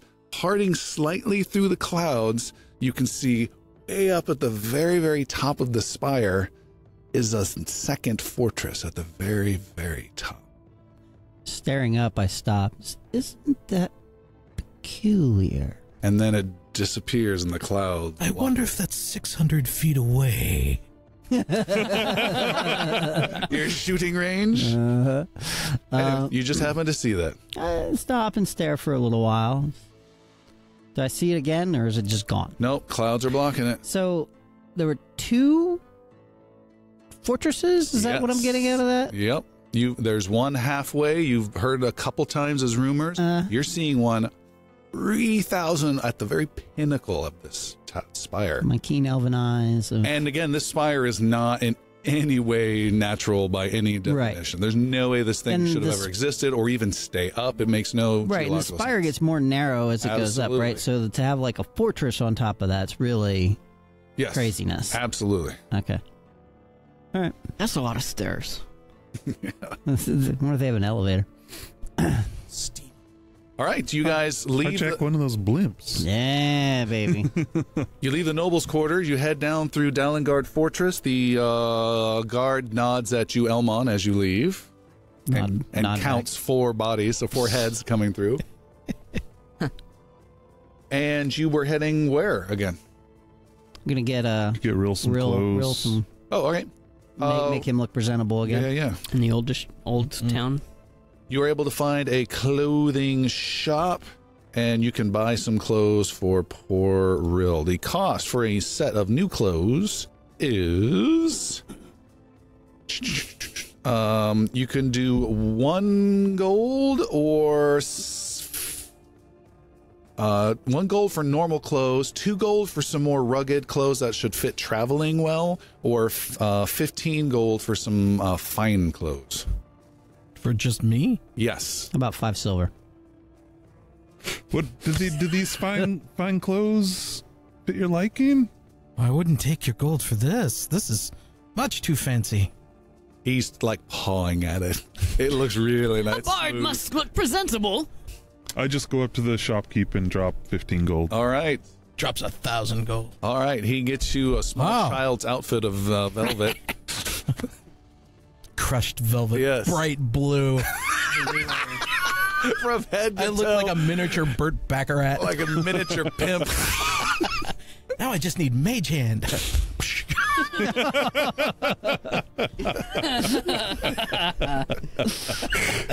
Thank you, Puck. This is wonderful. This is much too extravagant. Oh, but it fits so nice. You look great. You look fantastic, Rill. Over the top. Like a one piece. Yeah. It's like onesie. It's like a onesie for a child. Is what he bought. It's got a draft back. Whoa. Baby's first velvet. It's got bunny feet. All right. So we're going to go to Maleel's? You want to go to there first? Maleel's or the Ironworkers? We're there, you know. Are we closer to Maleel or the Oh, Ironworker? yeah. You're in Old Town. Yeah, you're right there. I mean, can't hurt. I mean, better than straight extortion if we are successful. No Iron Guild? Not Well, yet. Maybe. Not yet. We're gonna go meet our funny friend. He'll like you. Okay. He's met Maleel once. He did. He walked you? all over his table. It was a nice table. Okay. Finest table. This time, maybe stay off the table. Okay. He says unconvincingly. You head to Maleel's house. There is the new guard, not Jorn, and he's much more professional fellow and welcomes you and recognizes you. He says, "Good afternoon." Hello. Hello, Yes. Otto. Hello. He says, "Master Maleel, you have some guests," and you hear Maleel from the garden area just inside the wall. "Oh, come in! I like guests. Yes." You are let in. The gate is a little opened, and then you go. We should have brought something. Should have brought a present. Oh, yes. You see Maleel is around some bushes, and has a little basket and is trying to cut some flowers before the cold air gets rid of them for this winter time. And he's got some wintry type warm clothes on. He looks and sees you coming. Says, "Oh, my friends, hello. Hello. Good to see you, Maleel. Excellent. Hello, Maleel. Can we make a stop before we get? Oh, where are you going? Why do you taunt me?" Oh, yes. Where do you want to go? Get him a nice bottle of wine. Elmon will buy a nice bottle, or maybe brandy or cognac Sure. or some sort of liquor or something. Cognac. Yeah, something something fancy. A little fancy. Yeah. How much money are you looking to? I mean, what's like a normal bottle A of? common pitcher of wine is 2 silver, All right, so I mean, like, and fine bottle is 10 gold. yeah, I mean, like something 20, like like super high end shit. You are like- able to find such a place. A 60-year-old bottle of cognac. yeah, something like that, or Do you want to get weird looking? Yeah, I down- want to get weird, baby. You want to get look down the nose at some winery in the Nobles Quarter before you leave, or do you want a high end at Old Town? They're the same price. Ooh. Something different- from the Noble District, Yeah. I Okay. think. Yeah. All right, you get something that is exclusive towards that district. Yeah. Still, you said Well, I mean, if it's more, it's more. I mean, Oh, yeah. I don't mind throwing down some cash. there's for this. there's a $50 gold piece bottle. 50. All right. Yeah. Fuck it. Ooh. We'll do that. All right. All right, Elmon is like, he's tried to save your lives and has many times, but he's protecting this bottle like crazy. Like no one's getting, he's holding onto it like a newborn baby. I'm just tossing it like Just twirling it through the air. like a bartender at Fridays. Just juggling it. You're Juggling it like a bowling pin. Yeah. So you are walking into Maleel's garden. Well, my day is brightened by your arrival. Again. Maleel, good to see you. Those are quite beautiful flowers. And as I say that, I kind of just brush my hand over them and cast prestidigitation to make them smell even more wonderful than they already smell. And he breathes it in and goes, "Oh, you made them even more magical." Oh, I don't know if it was me. It just bring out the best. I'm like Hellman's. Well, you all have a habit of bringing out the best in me. That's quite sweet. He said, what do I owe the pleasure? Oh, we wanted to stop by and bring you a gift. A gift for me? Specifically, Elmon wants to give you a gift. We were very appreciative of your kindness, so we wanted to repay it in some small scale and give him the bottle of whatever the hell I bought. Okay.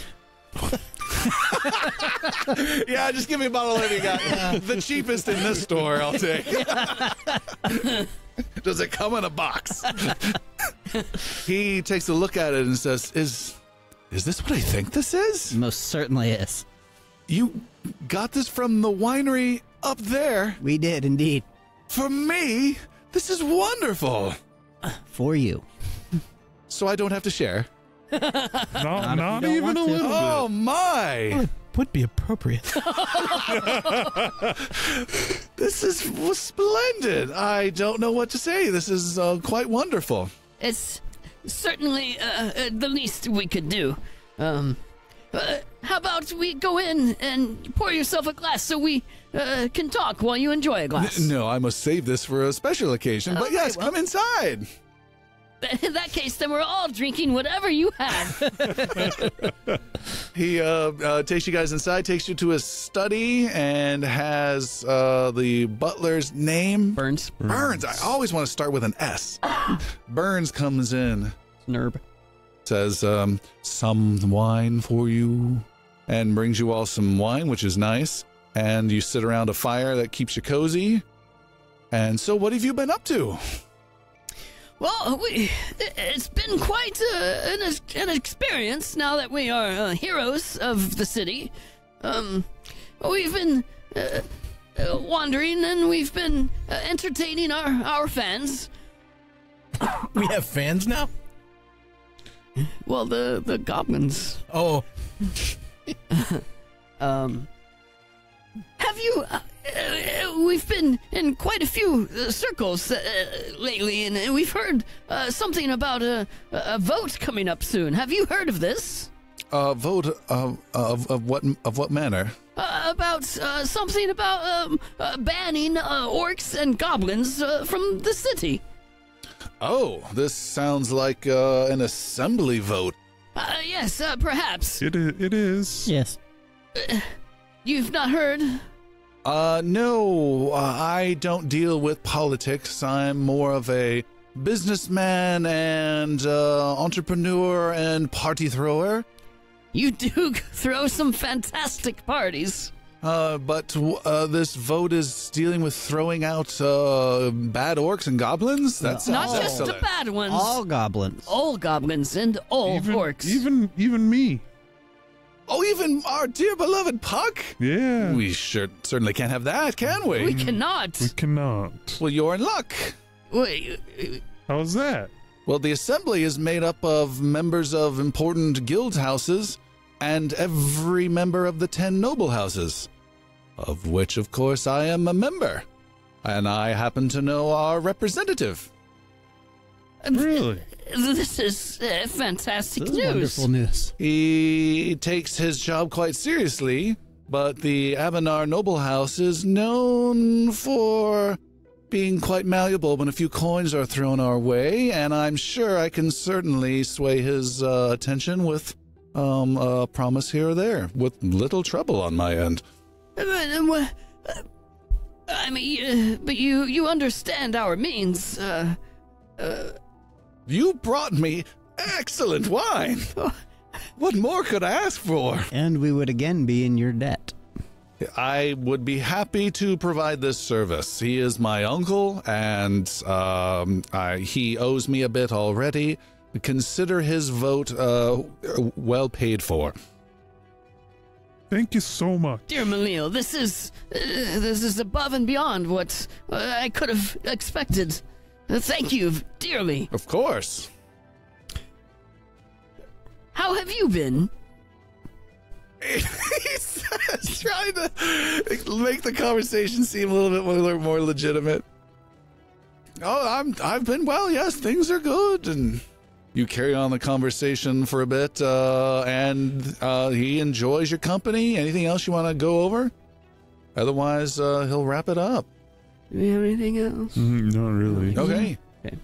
So yeah, it's maybe an hour later, and you guys take your leave, and he says, drop by anytime again, and don't worry about that vote. It certainly will be in the favor of goblins.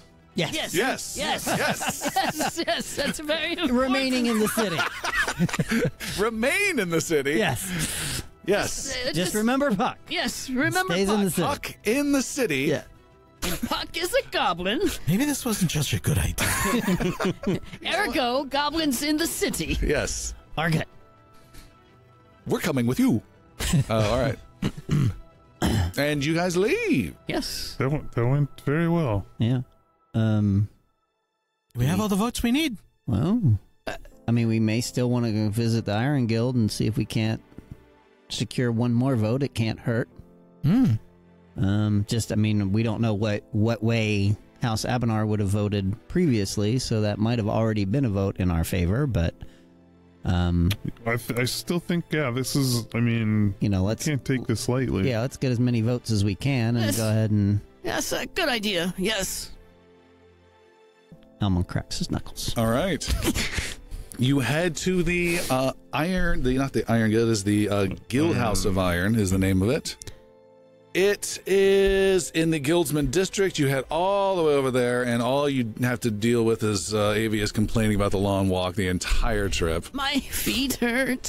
While we're walking, Elmon, did we ever stop by and take care of the people that were ejected from the seamstress shop? I don't think we have. As we spoke of doing that. Yeah. And then I think Got the distracted. bell tolled Yeah. and we lost our way there. Exactly what happened. I feel like that is something we should follow up on them. Are they kind of along the way? Yeah, I think so. They're in this district, Okay.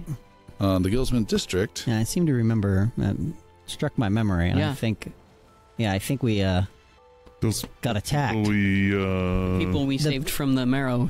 yeah. in the river, Mhm. Yep. and then told them to go to the seamstress Seamstress place, shop. and then we went back there, and they had They've been been evicted, and now they were working in the sweatshop. yeah. Of, Probably. So where are we going? We're gonna go take care of the Iron Guild people, and then we're going to go stop in and probably have to crack some skulls to free up some people that we had previously saved from death and a natural demise, Sounds violent. potentially. Count me in. You have to feed the beast, you see.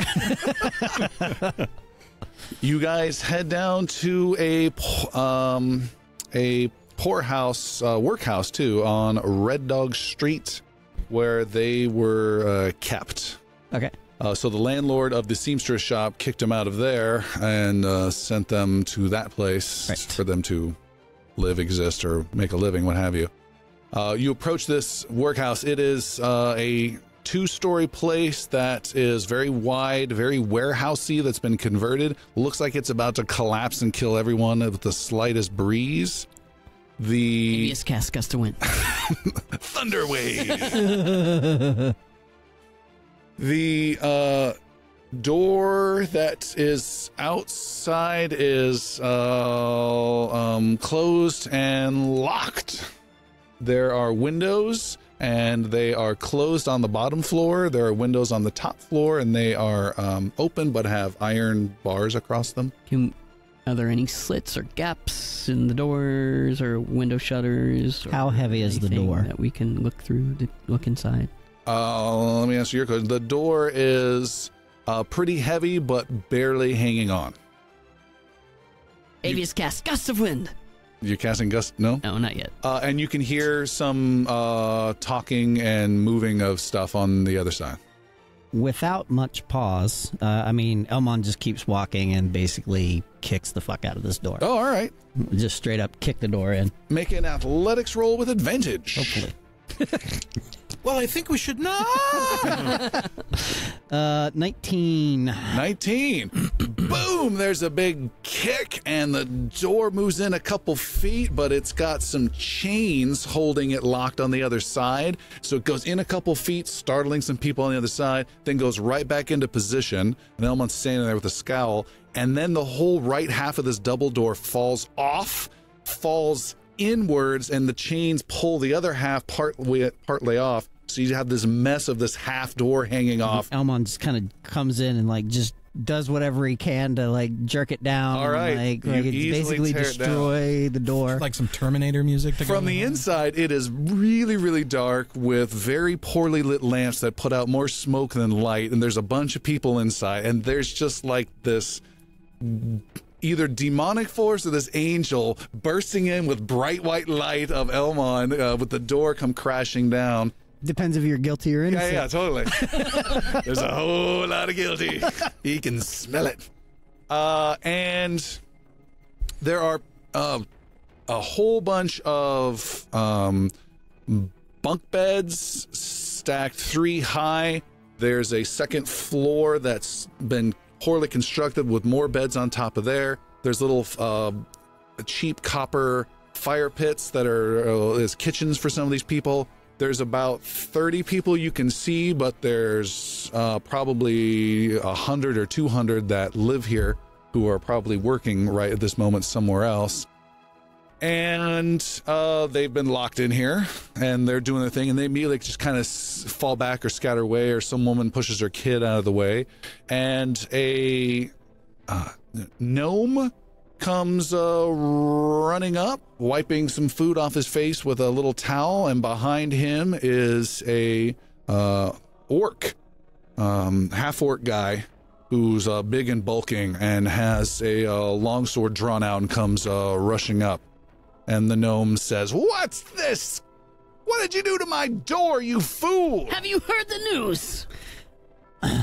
Is there a musical about to start? Real quick, does anybody have the name of the person that we saved?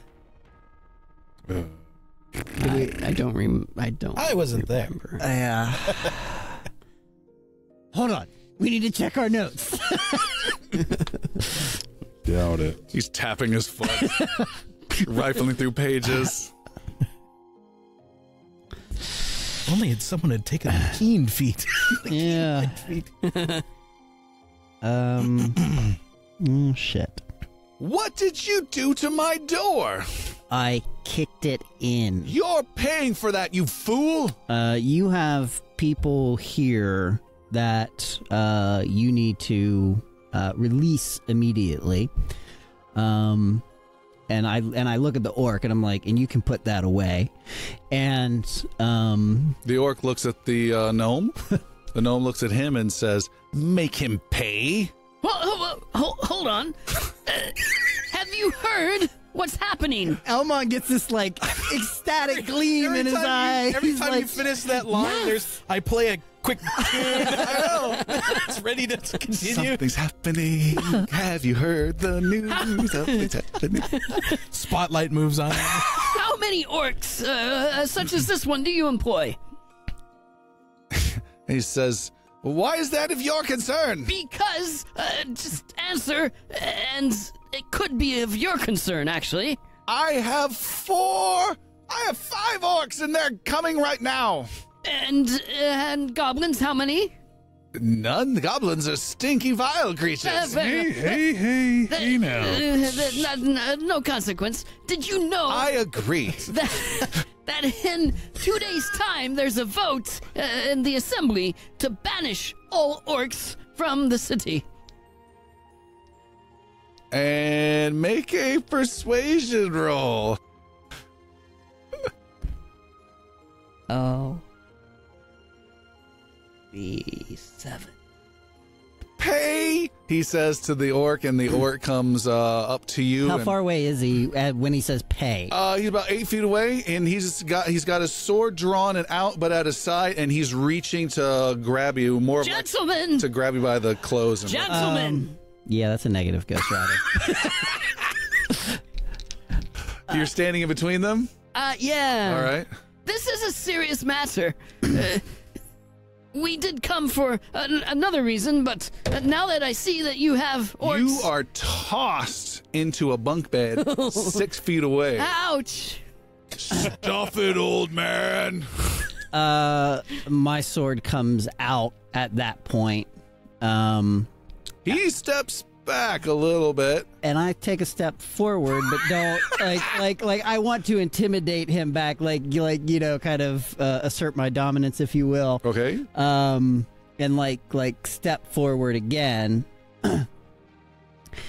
There are how many people did we have? There are 3 people that we will be taking out of this building today, one way or another. The choice is yours. Hey, he doesn't mean dead or alive.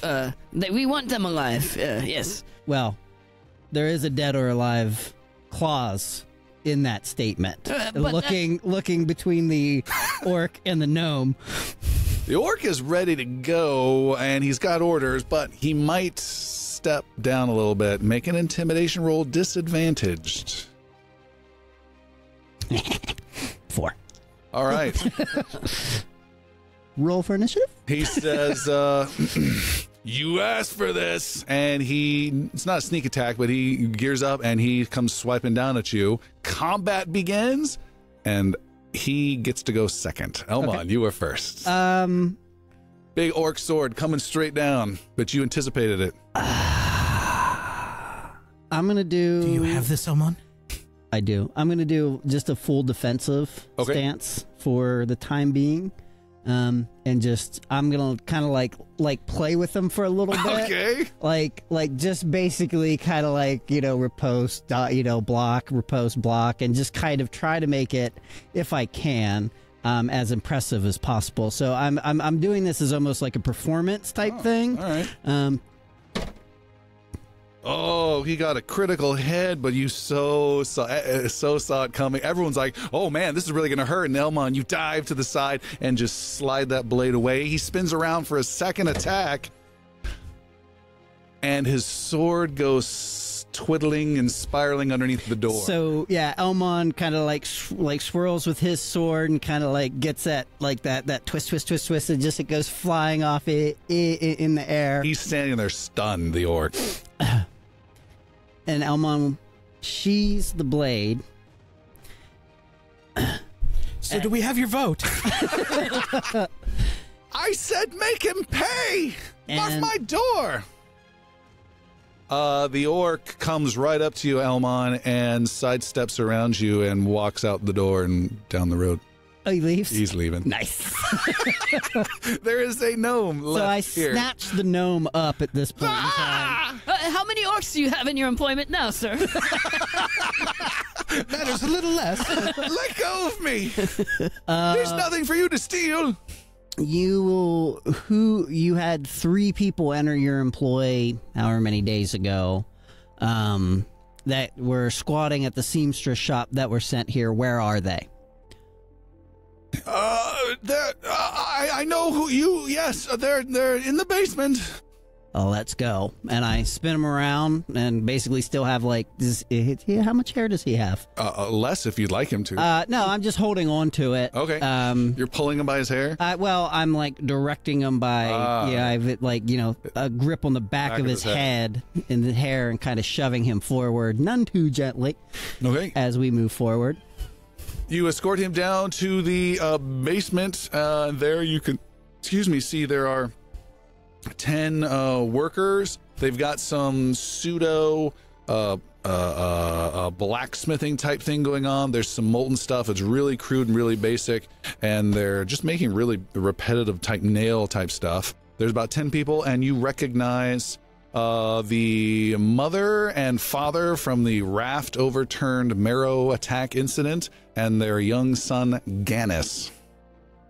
You three, come. They stand up. They're covered in soot. They've got raw hands. The place is hot as hell in here.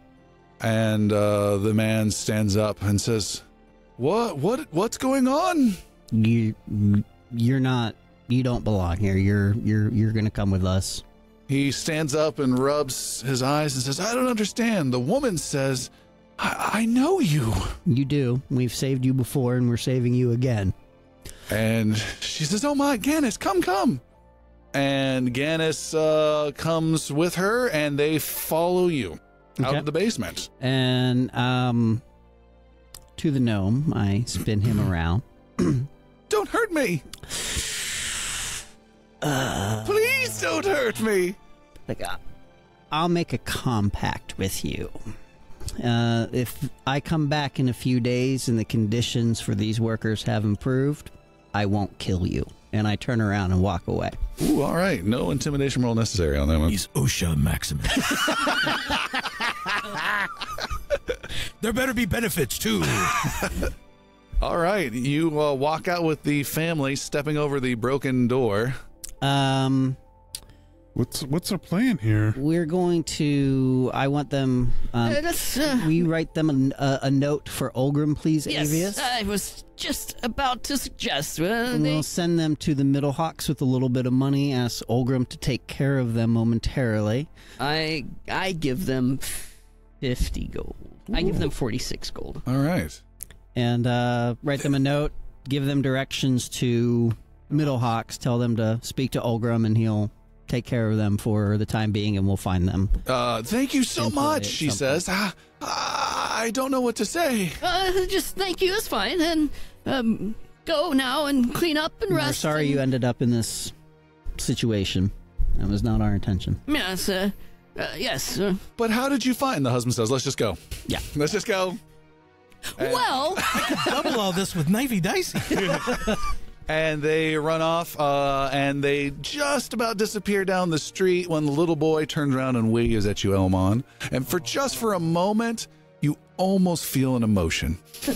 Almost. Hold on, let me roll against that. You roll intimidation against him. I need to make a saving throw. All right, what's your plan? Continuing on to the iron. Yeah, I'm almost fired up now. I'm ready to go. Yeah, that was unexpected. Okay. Just a taster. Yeah. Because they're very generous. Which part? All of it. Puck was just long for the ride. All right, you are at the iron. I keep saying iron. It is the House of Iron. What it is? No, Guild House of Iron. You're at the Guild House of Iron. This place you can hear coming a mile away. It's very loud. There's lots of different smithing going on. There's some outdoor stuff with kilns firing off, tongs and hot molten iron and steel being cast, hammering being done, and there's some people walking by to and fro. You see a guy with a big thick apron on, black face. He rubs his forehead, stops what he's doing, and starts to talk to his little apprentice, and is about to head over towards you. When someone gets in your way and says, hey friends, come on over to Rolly's Magic. Push him out of the way. Push him out of the way. Push him out of the way. What's the problem, friend? I've got cures to what ails Keep on you. going. You need eye color change. I can make that happen. Keep on going. All right, you leave and An eye color change wouldn't be bad for you, Elmon. What the hell do you mean by that? He says with an blazing red fury in his eyes. All right. See, they're changing already. You leave him aside and you walk up. The blacksmith says, how can I help you, friends? Well, I thought it would be obvious. We are the Katorum Four, and I bow and He flourish. says, we don't have time for entertainers. No. Did you say entertainment? You misunderstand. We are the ones who saved the city of Tolis not long ago from the clockworks that came from the clock tower. Yes, you remember. I'm sure. Heard some story. Sure, you must have heard. There was very fine ironwork involved. I'm sure it came from your guild. What are you exactly after? I don't know. What? Well, we're just here to make a... To show off. And he walks away. We need to speak to your guild master. Okay, I'll come on in. Ijin will see you. Great. And he takes you inside and says, Ijin, you got some quorum people here for you? Katorum. Yeah, whatever.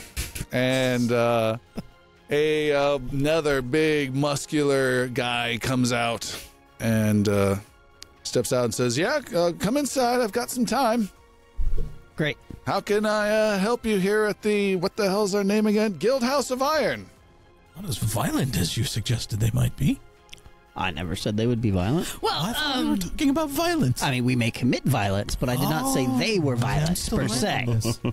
Oh, he's sitting across the table from him. Yeah, I just am imagining all this happening in character. More or less, yeah. So, I sheath anyways, my loot.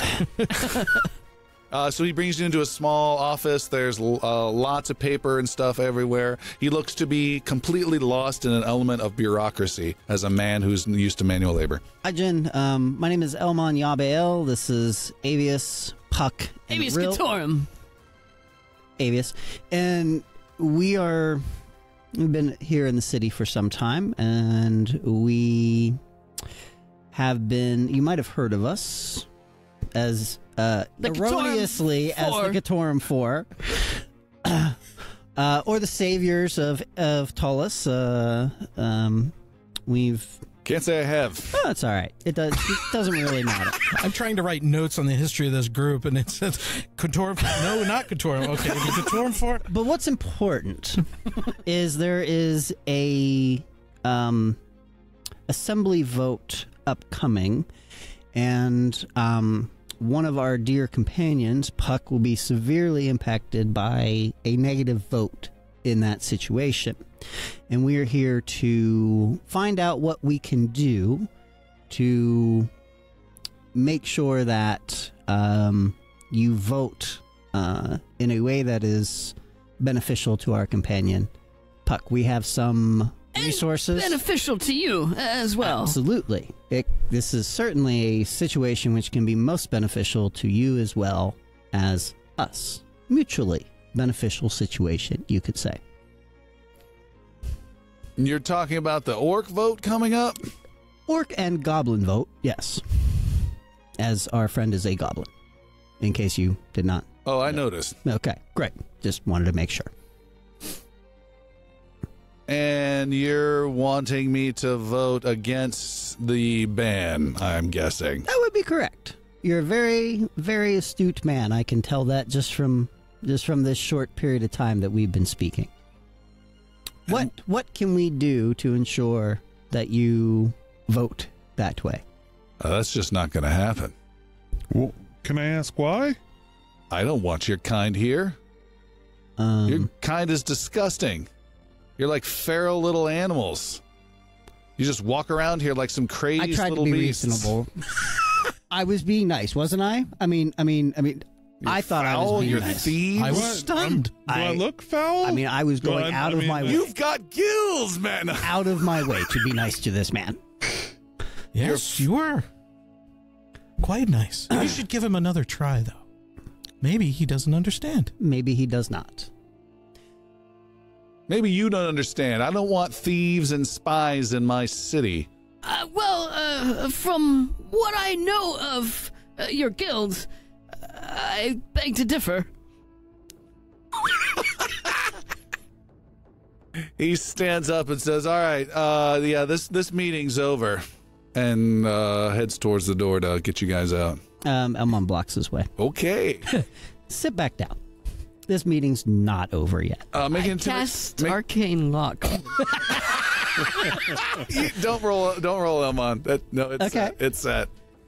He stops for a moment, and then I'm like, you know what? Go ahead. he sees you cast a spell and steps back, and maybe even hears the door lock, and he quietly turns around and sits back down at his desk. Now, Wishing he had some cool electric buzzer button to press. Elmon does like not. rubs his like fingers through his hair, like looking like he's really Pained by this? pained by the amount of patience that he's showing this person. Like, you know, he really wants him to There's no understand. deception involved here. Right, I don't yeah. You asked understand. him There's- once, though. Right. He's like, we really want to be reasonable about this. We're people of some means and some ability, and we cannot afford to have this go against our companion here because he is an integral part of our group. And we really need your vote. Seriously. What can we do to get it? You're like a clipboard, you're canvassing like Yeah. Democratic Party. He's like a timeshare salesman. Yeah. Your 60 minutes is enough. You know, we'd be willing to pay for it. How much are you willing to pay? How much are you willing to pay to get out of your office? I will. It's a good question. I like your question. I'll pay you 1,000 gold for the vote. You may make a persuasion roll with advantage. 11. 11. He says, you have yourselves a deal, but with 11, you're not sure. You kind of believe him, but you also don't kind of believe him. And we'll pay you once the tallies have come out and we see that you voted an affirmation of no ban. And how do I know I'll be paid afterwards? We can have the gold sit at a intermediary in the meantime that we both trust. We can have it at a vault. There's this cool thing called blockchain. I'm sure we can have something arranged where, through an intermediary, where that can occur. He says, I know of just such a place. You have an agreement then. That was easy. I like. Can I make an insight roll? You may make an insight roll. 10. You have no way. So yes, we'll be using our intermediary, Who's your intermediary? a dwarf. Okay. And Pick the first dwarf. Why don't we use the Hammer Song Vault? That we could use the hammer song. That's true. Yes. you know, I'm more than willing to use his intermediary. I have no problem with that because if the agreement is not fulfilled, we'll just come back and kill him. He gulps at that. I give him a little wink. Okay. You guys can go to an intermediary. There is a combination of, what was it? It was there was a carpentry, leather working joint guild house area. Hi, Jen. He explains the the deal in a covert way, though, so they don't know exactly what's going on. Yeah. But that this money is here, and none of the four of you should be seen here in the next 3 days, nor should he be seen here collecting the next 3 days. And essentially, whoever's here on day 4 on the morning will pick it up. Right. And, yeah, with my promise of... Your threats. Nah, it wasn't a threat. All right. Now, Literally, maybe I will escort murder you him. back to your guild. Yeah, that's not necessary. I believe we will escort you back to your guild. Okay. You escort him back? Is something nefarious happening? We go back into his office, Okay. and Hold on. He is not alone then.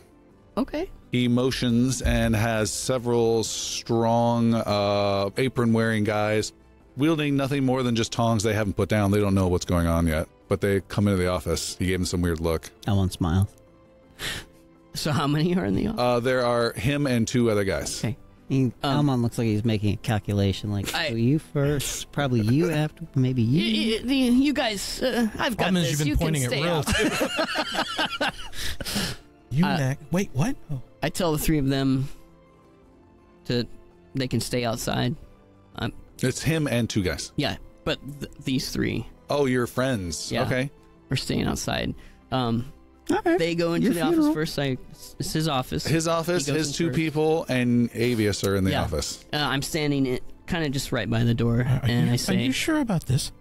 yes. And I say, and once this is complete, we will be back to fetch you in 3 days. Goodbye.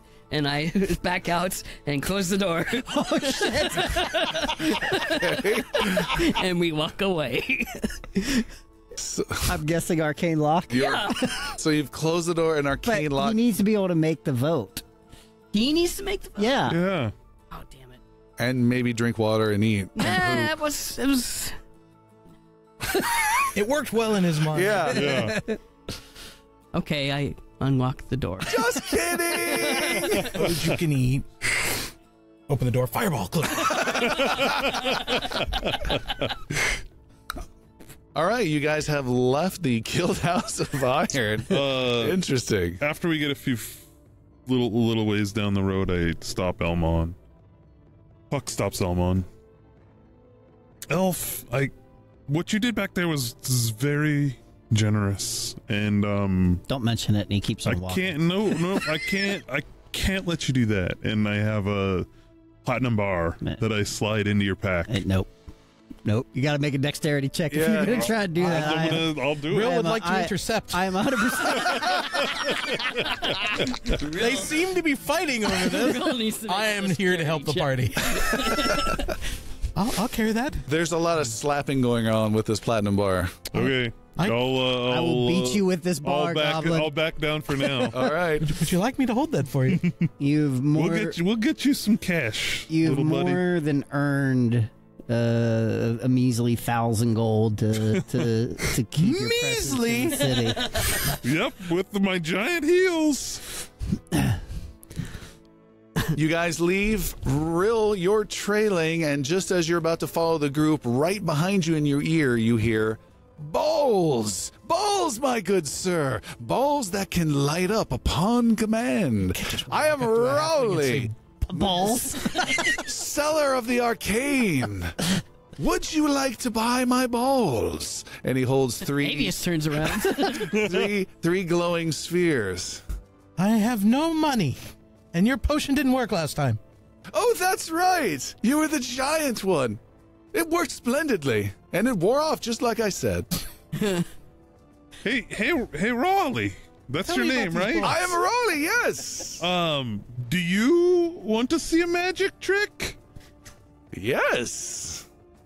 He puts his balls away. I'm gonna take my This time he's been take my completely cloak naked. off and and then throw it up in the air and then change into a bear. Okay! Poof! You change to a bear and you appear, and you're just quietly just standing there. Oh no, I'm growling. Like hackles are up and I'm like, "Rrrr." What is this? And he starts backing away. Ta-da! I need some help. And I keep inching forward. He runs. I'll let him run. All right, he drops one of his light balls, by the way. Oh, Amon picks it up. All right. yeah. You have a Does ball. he leave his cart? It's not in this exact location. Okay, no worries. I'll turn back into Puck so as to. I just want one of his balls. You have one of his balls stuffed in your pouch. Yep. Okay. That sounds about right.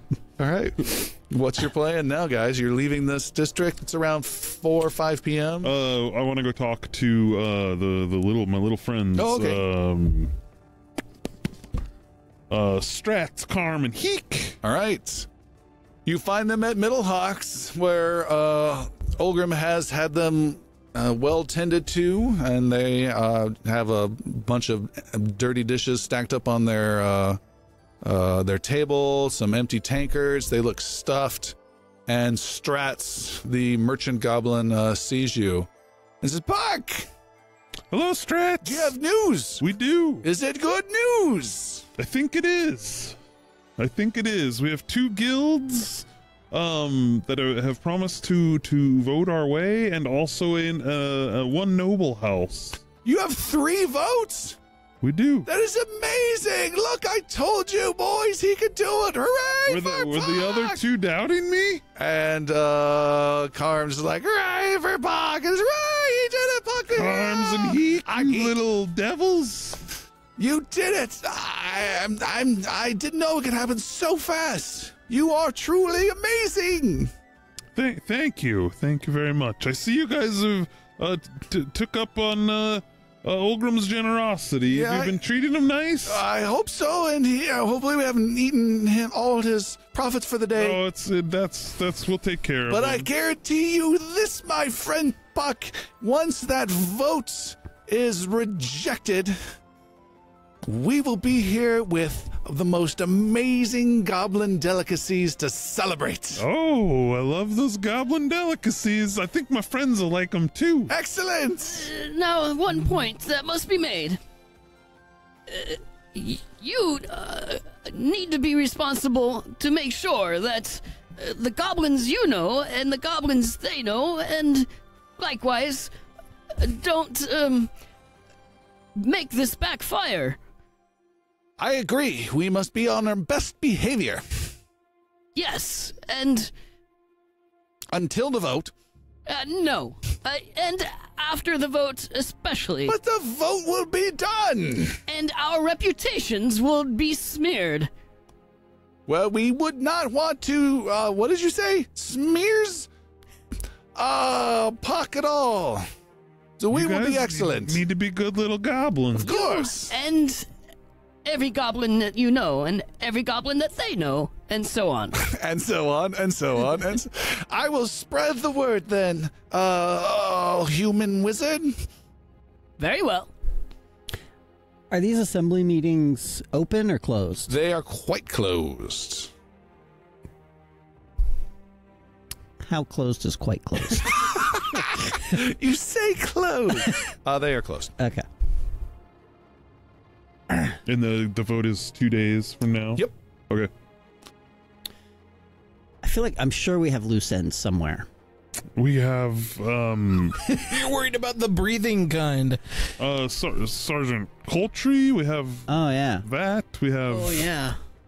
still cultists. There's Oh, Take care yeah. of this. we got We need to go visit that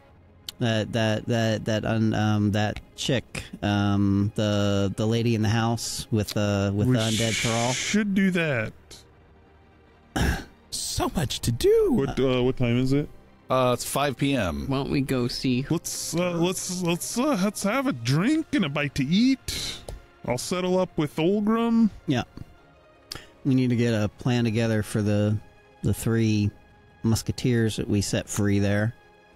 Well, Garcon and company, or whatever their names were. Gannis. Gannis? Okay. yeah, somebody should write that down. One of you 2 saviors. I feel like we can. I mean, they have 46 gold. They're set for a little bit.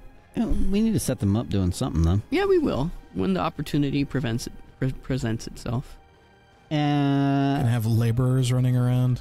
What are the names of Gannis's parents? They I mean, they make it to the Middle Hawks. NPC 1 and NPC 2. Samara. Oops, sorry. Samara. It's Samara and Yash.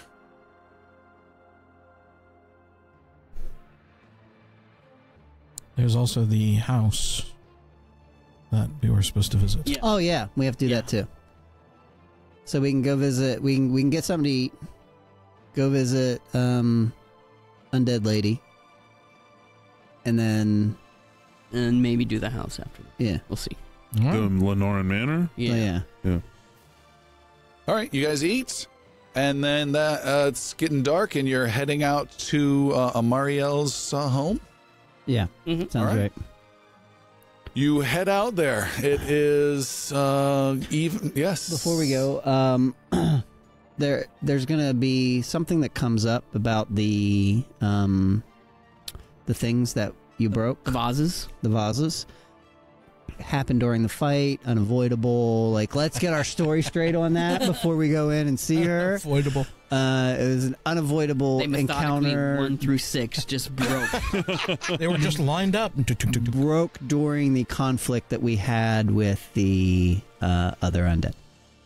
I have a feeling she's going to come back at us with CCTV footage. Well, then Necropolis Room 1.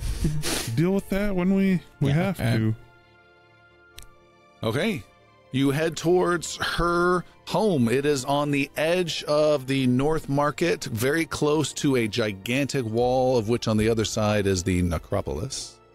This is a not-so-good neighborhood, and her house, which looked creepy during the daytime, looks downright dreadful at nighttime. Remember, there's a spell just inside this door. It's just dispels any magic prepared. Yeah. Oh. And you walk past a creaky gate that's ajar, and up to her house, and Elmon knocks. You knock upon the door. You hear some footsteps approach. You can see a bit of candlelight flicker through a window. The door creaks open, and in the darkness, lit just barely by a candle, is a skeleton wearing a nice but old dusty shirt and trousers. And it says something, but no sound comes out of its mouth. It just, its jaw kind of moves, and then it motions with the creaky rattling bones further inside the house. Elmon walks in. All right, Elmon's taking charge. Avius follows. All right.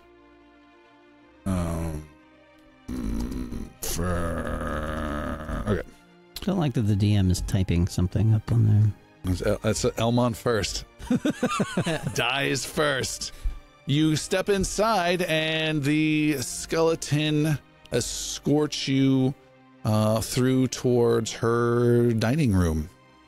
And you see Amariel is there, a very beautiful woman in long black flowing gowns. She says in a smooth, silky voice, "Hello, my friends. Good evening. We meet again. Please sit. Elmon doesn't move to sit. Okay. Real finds the Funkle same CD found before. All right. Props down. It has your dust imprint still there. Is the player still going? Yes. Yes, it is. Okay. Well, here we are. Yes. And I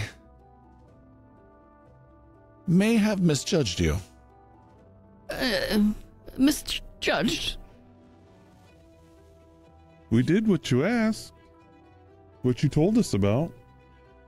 Oh, most certainly. You have prevented any further assault upon that gate. Done just what we all needed. I misjudged you in the sense of you stayed within the walls of the Necropolis at night and and lived. To be... Oh, yes. We did. Just that. That is no easy feat. You are correct. There was a power I am not familiar with that protected you. It's quite intriguing.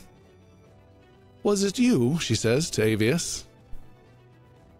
We don't like to share our secrets. You have yours, we have ours.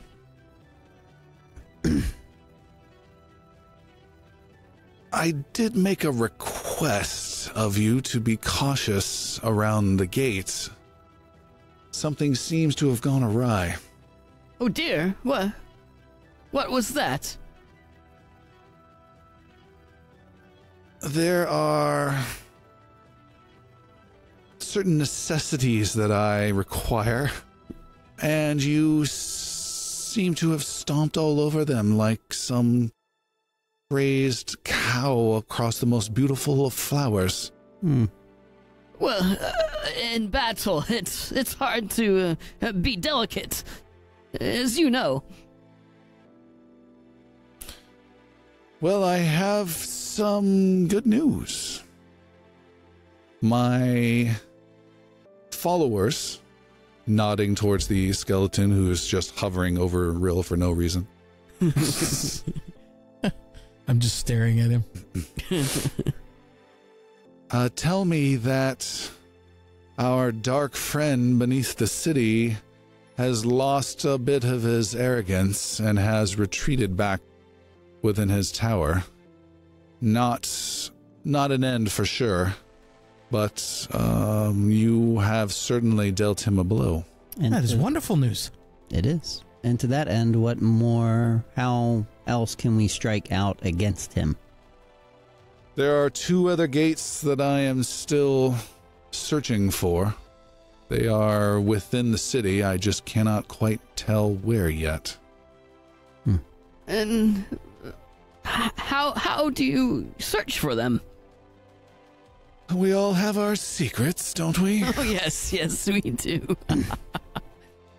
And since you performed so well in the Necropolis just beyond that wall, and since your actions did inconvenience your new friend, I'm sure you would have no problems trying to rectify the situation. And 6 skeletons walk in, each carrying a small urn, and they place them on the table. 2 in front of Rill, 2 in front of Puck, 2 in front of Avius. Where's mine? I need these returned and placed just touching the physical structure around the Lacian Gate within the Necropolis. I think... everybody looks staring. Everyone turns to Elmon for some weird reason. I don't understand. I think before we would feel comfortable doing that, we would need to know more about your actual intentions. Otherwise, I'm not sure that's something we can accomplish. Because if we're trading one evil for another, it's not something we're particularly interested in. Well, I will feign that I did not hear that and will take no offense. And say that my intention is to be a good friend to the lot of you.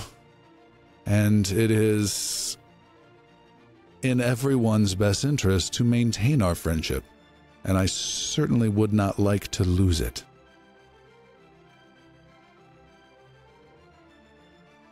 You have to understand, you keep rather dark company that makes your intentions murky. And we would feel perhaps more comfortable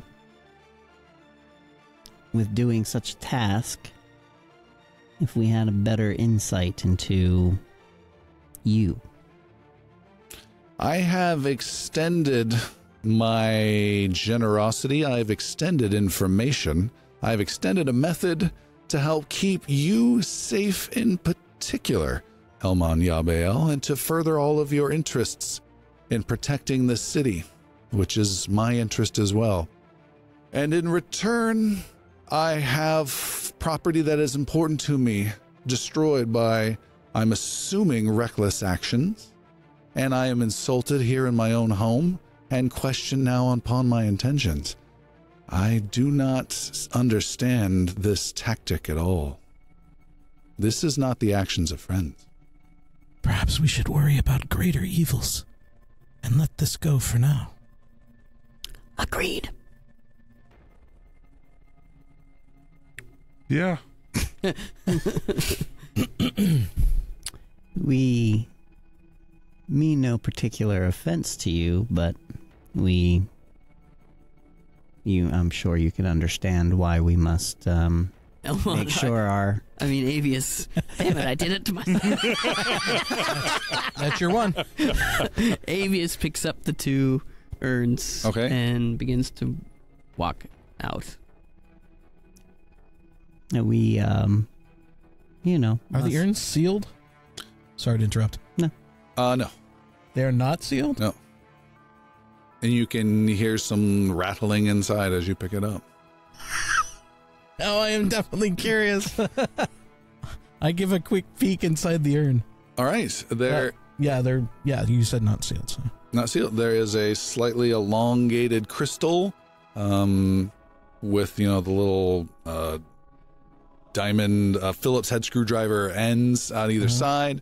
That's very dull and like 10 gold pieces worth of generic crystal that appears to have some sort of magical process about it, but is completely inert. Almost, there's like a blueness about it that's totally missing, and it's like a blackened core inside of it. Okay. I set down my bag on the floor and drop into her. All right. I'm ready to go. I'm already... All right, Avius is left. Puck, I grab Puck's and I put him in my bag. Or his. Put Puck in the bag? I put his urns in the bag. I was curious about... It's a vacuum in there. Yeah. You don't want to go in the bag. All right, all those urns disappear into his bag, and she says, then I bid you a good evening, and I rest assured you should not be hearing any bells tolling. For now. Great Very good. news. Bells tolling. And he marches his way out. All right, you head out, and we will stop there for tonight. Okay. We're stopping there for tonight. Every time I say that, someone wants to say something. You want to say something? No, I'm okay. Okay. I'm okay. And she attacks. And we're stopping there. Yeah.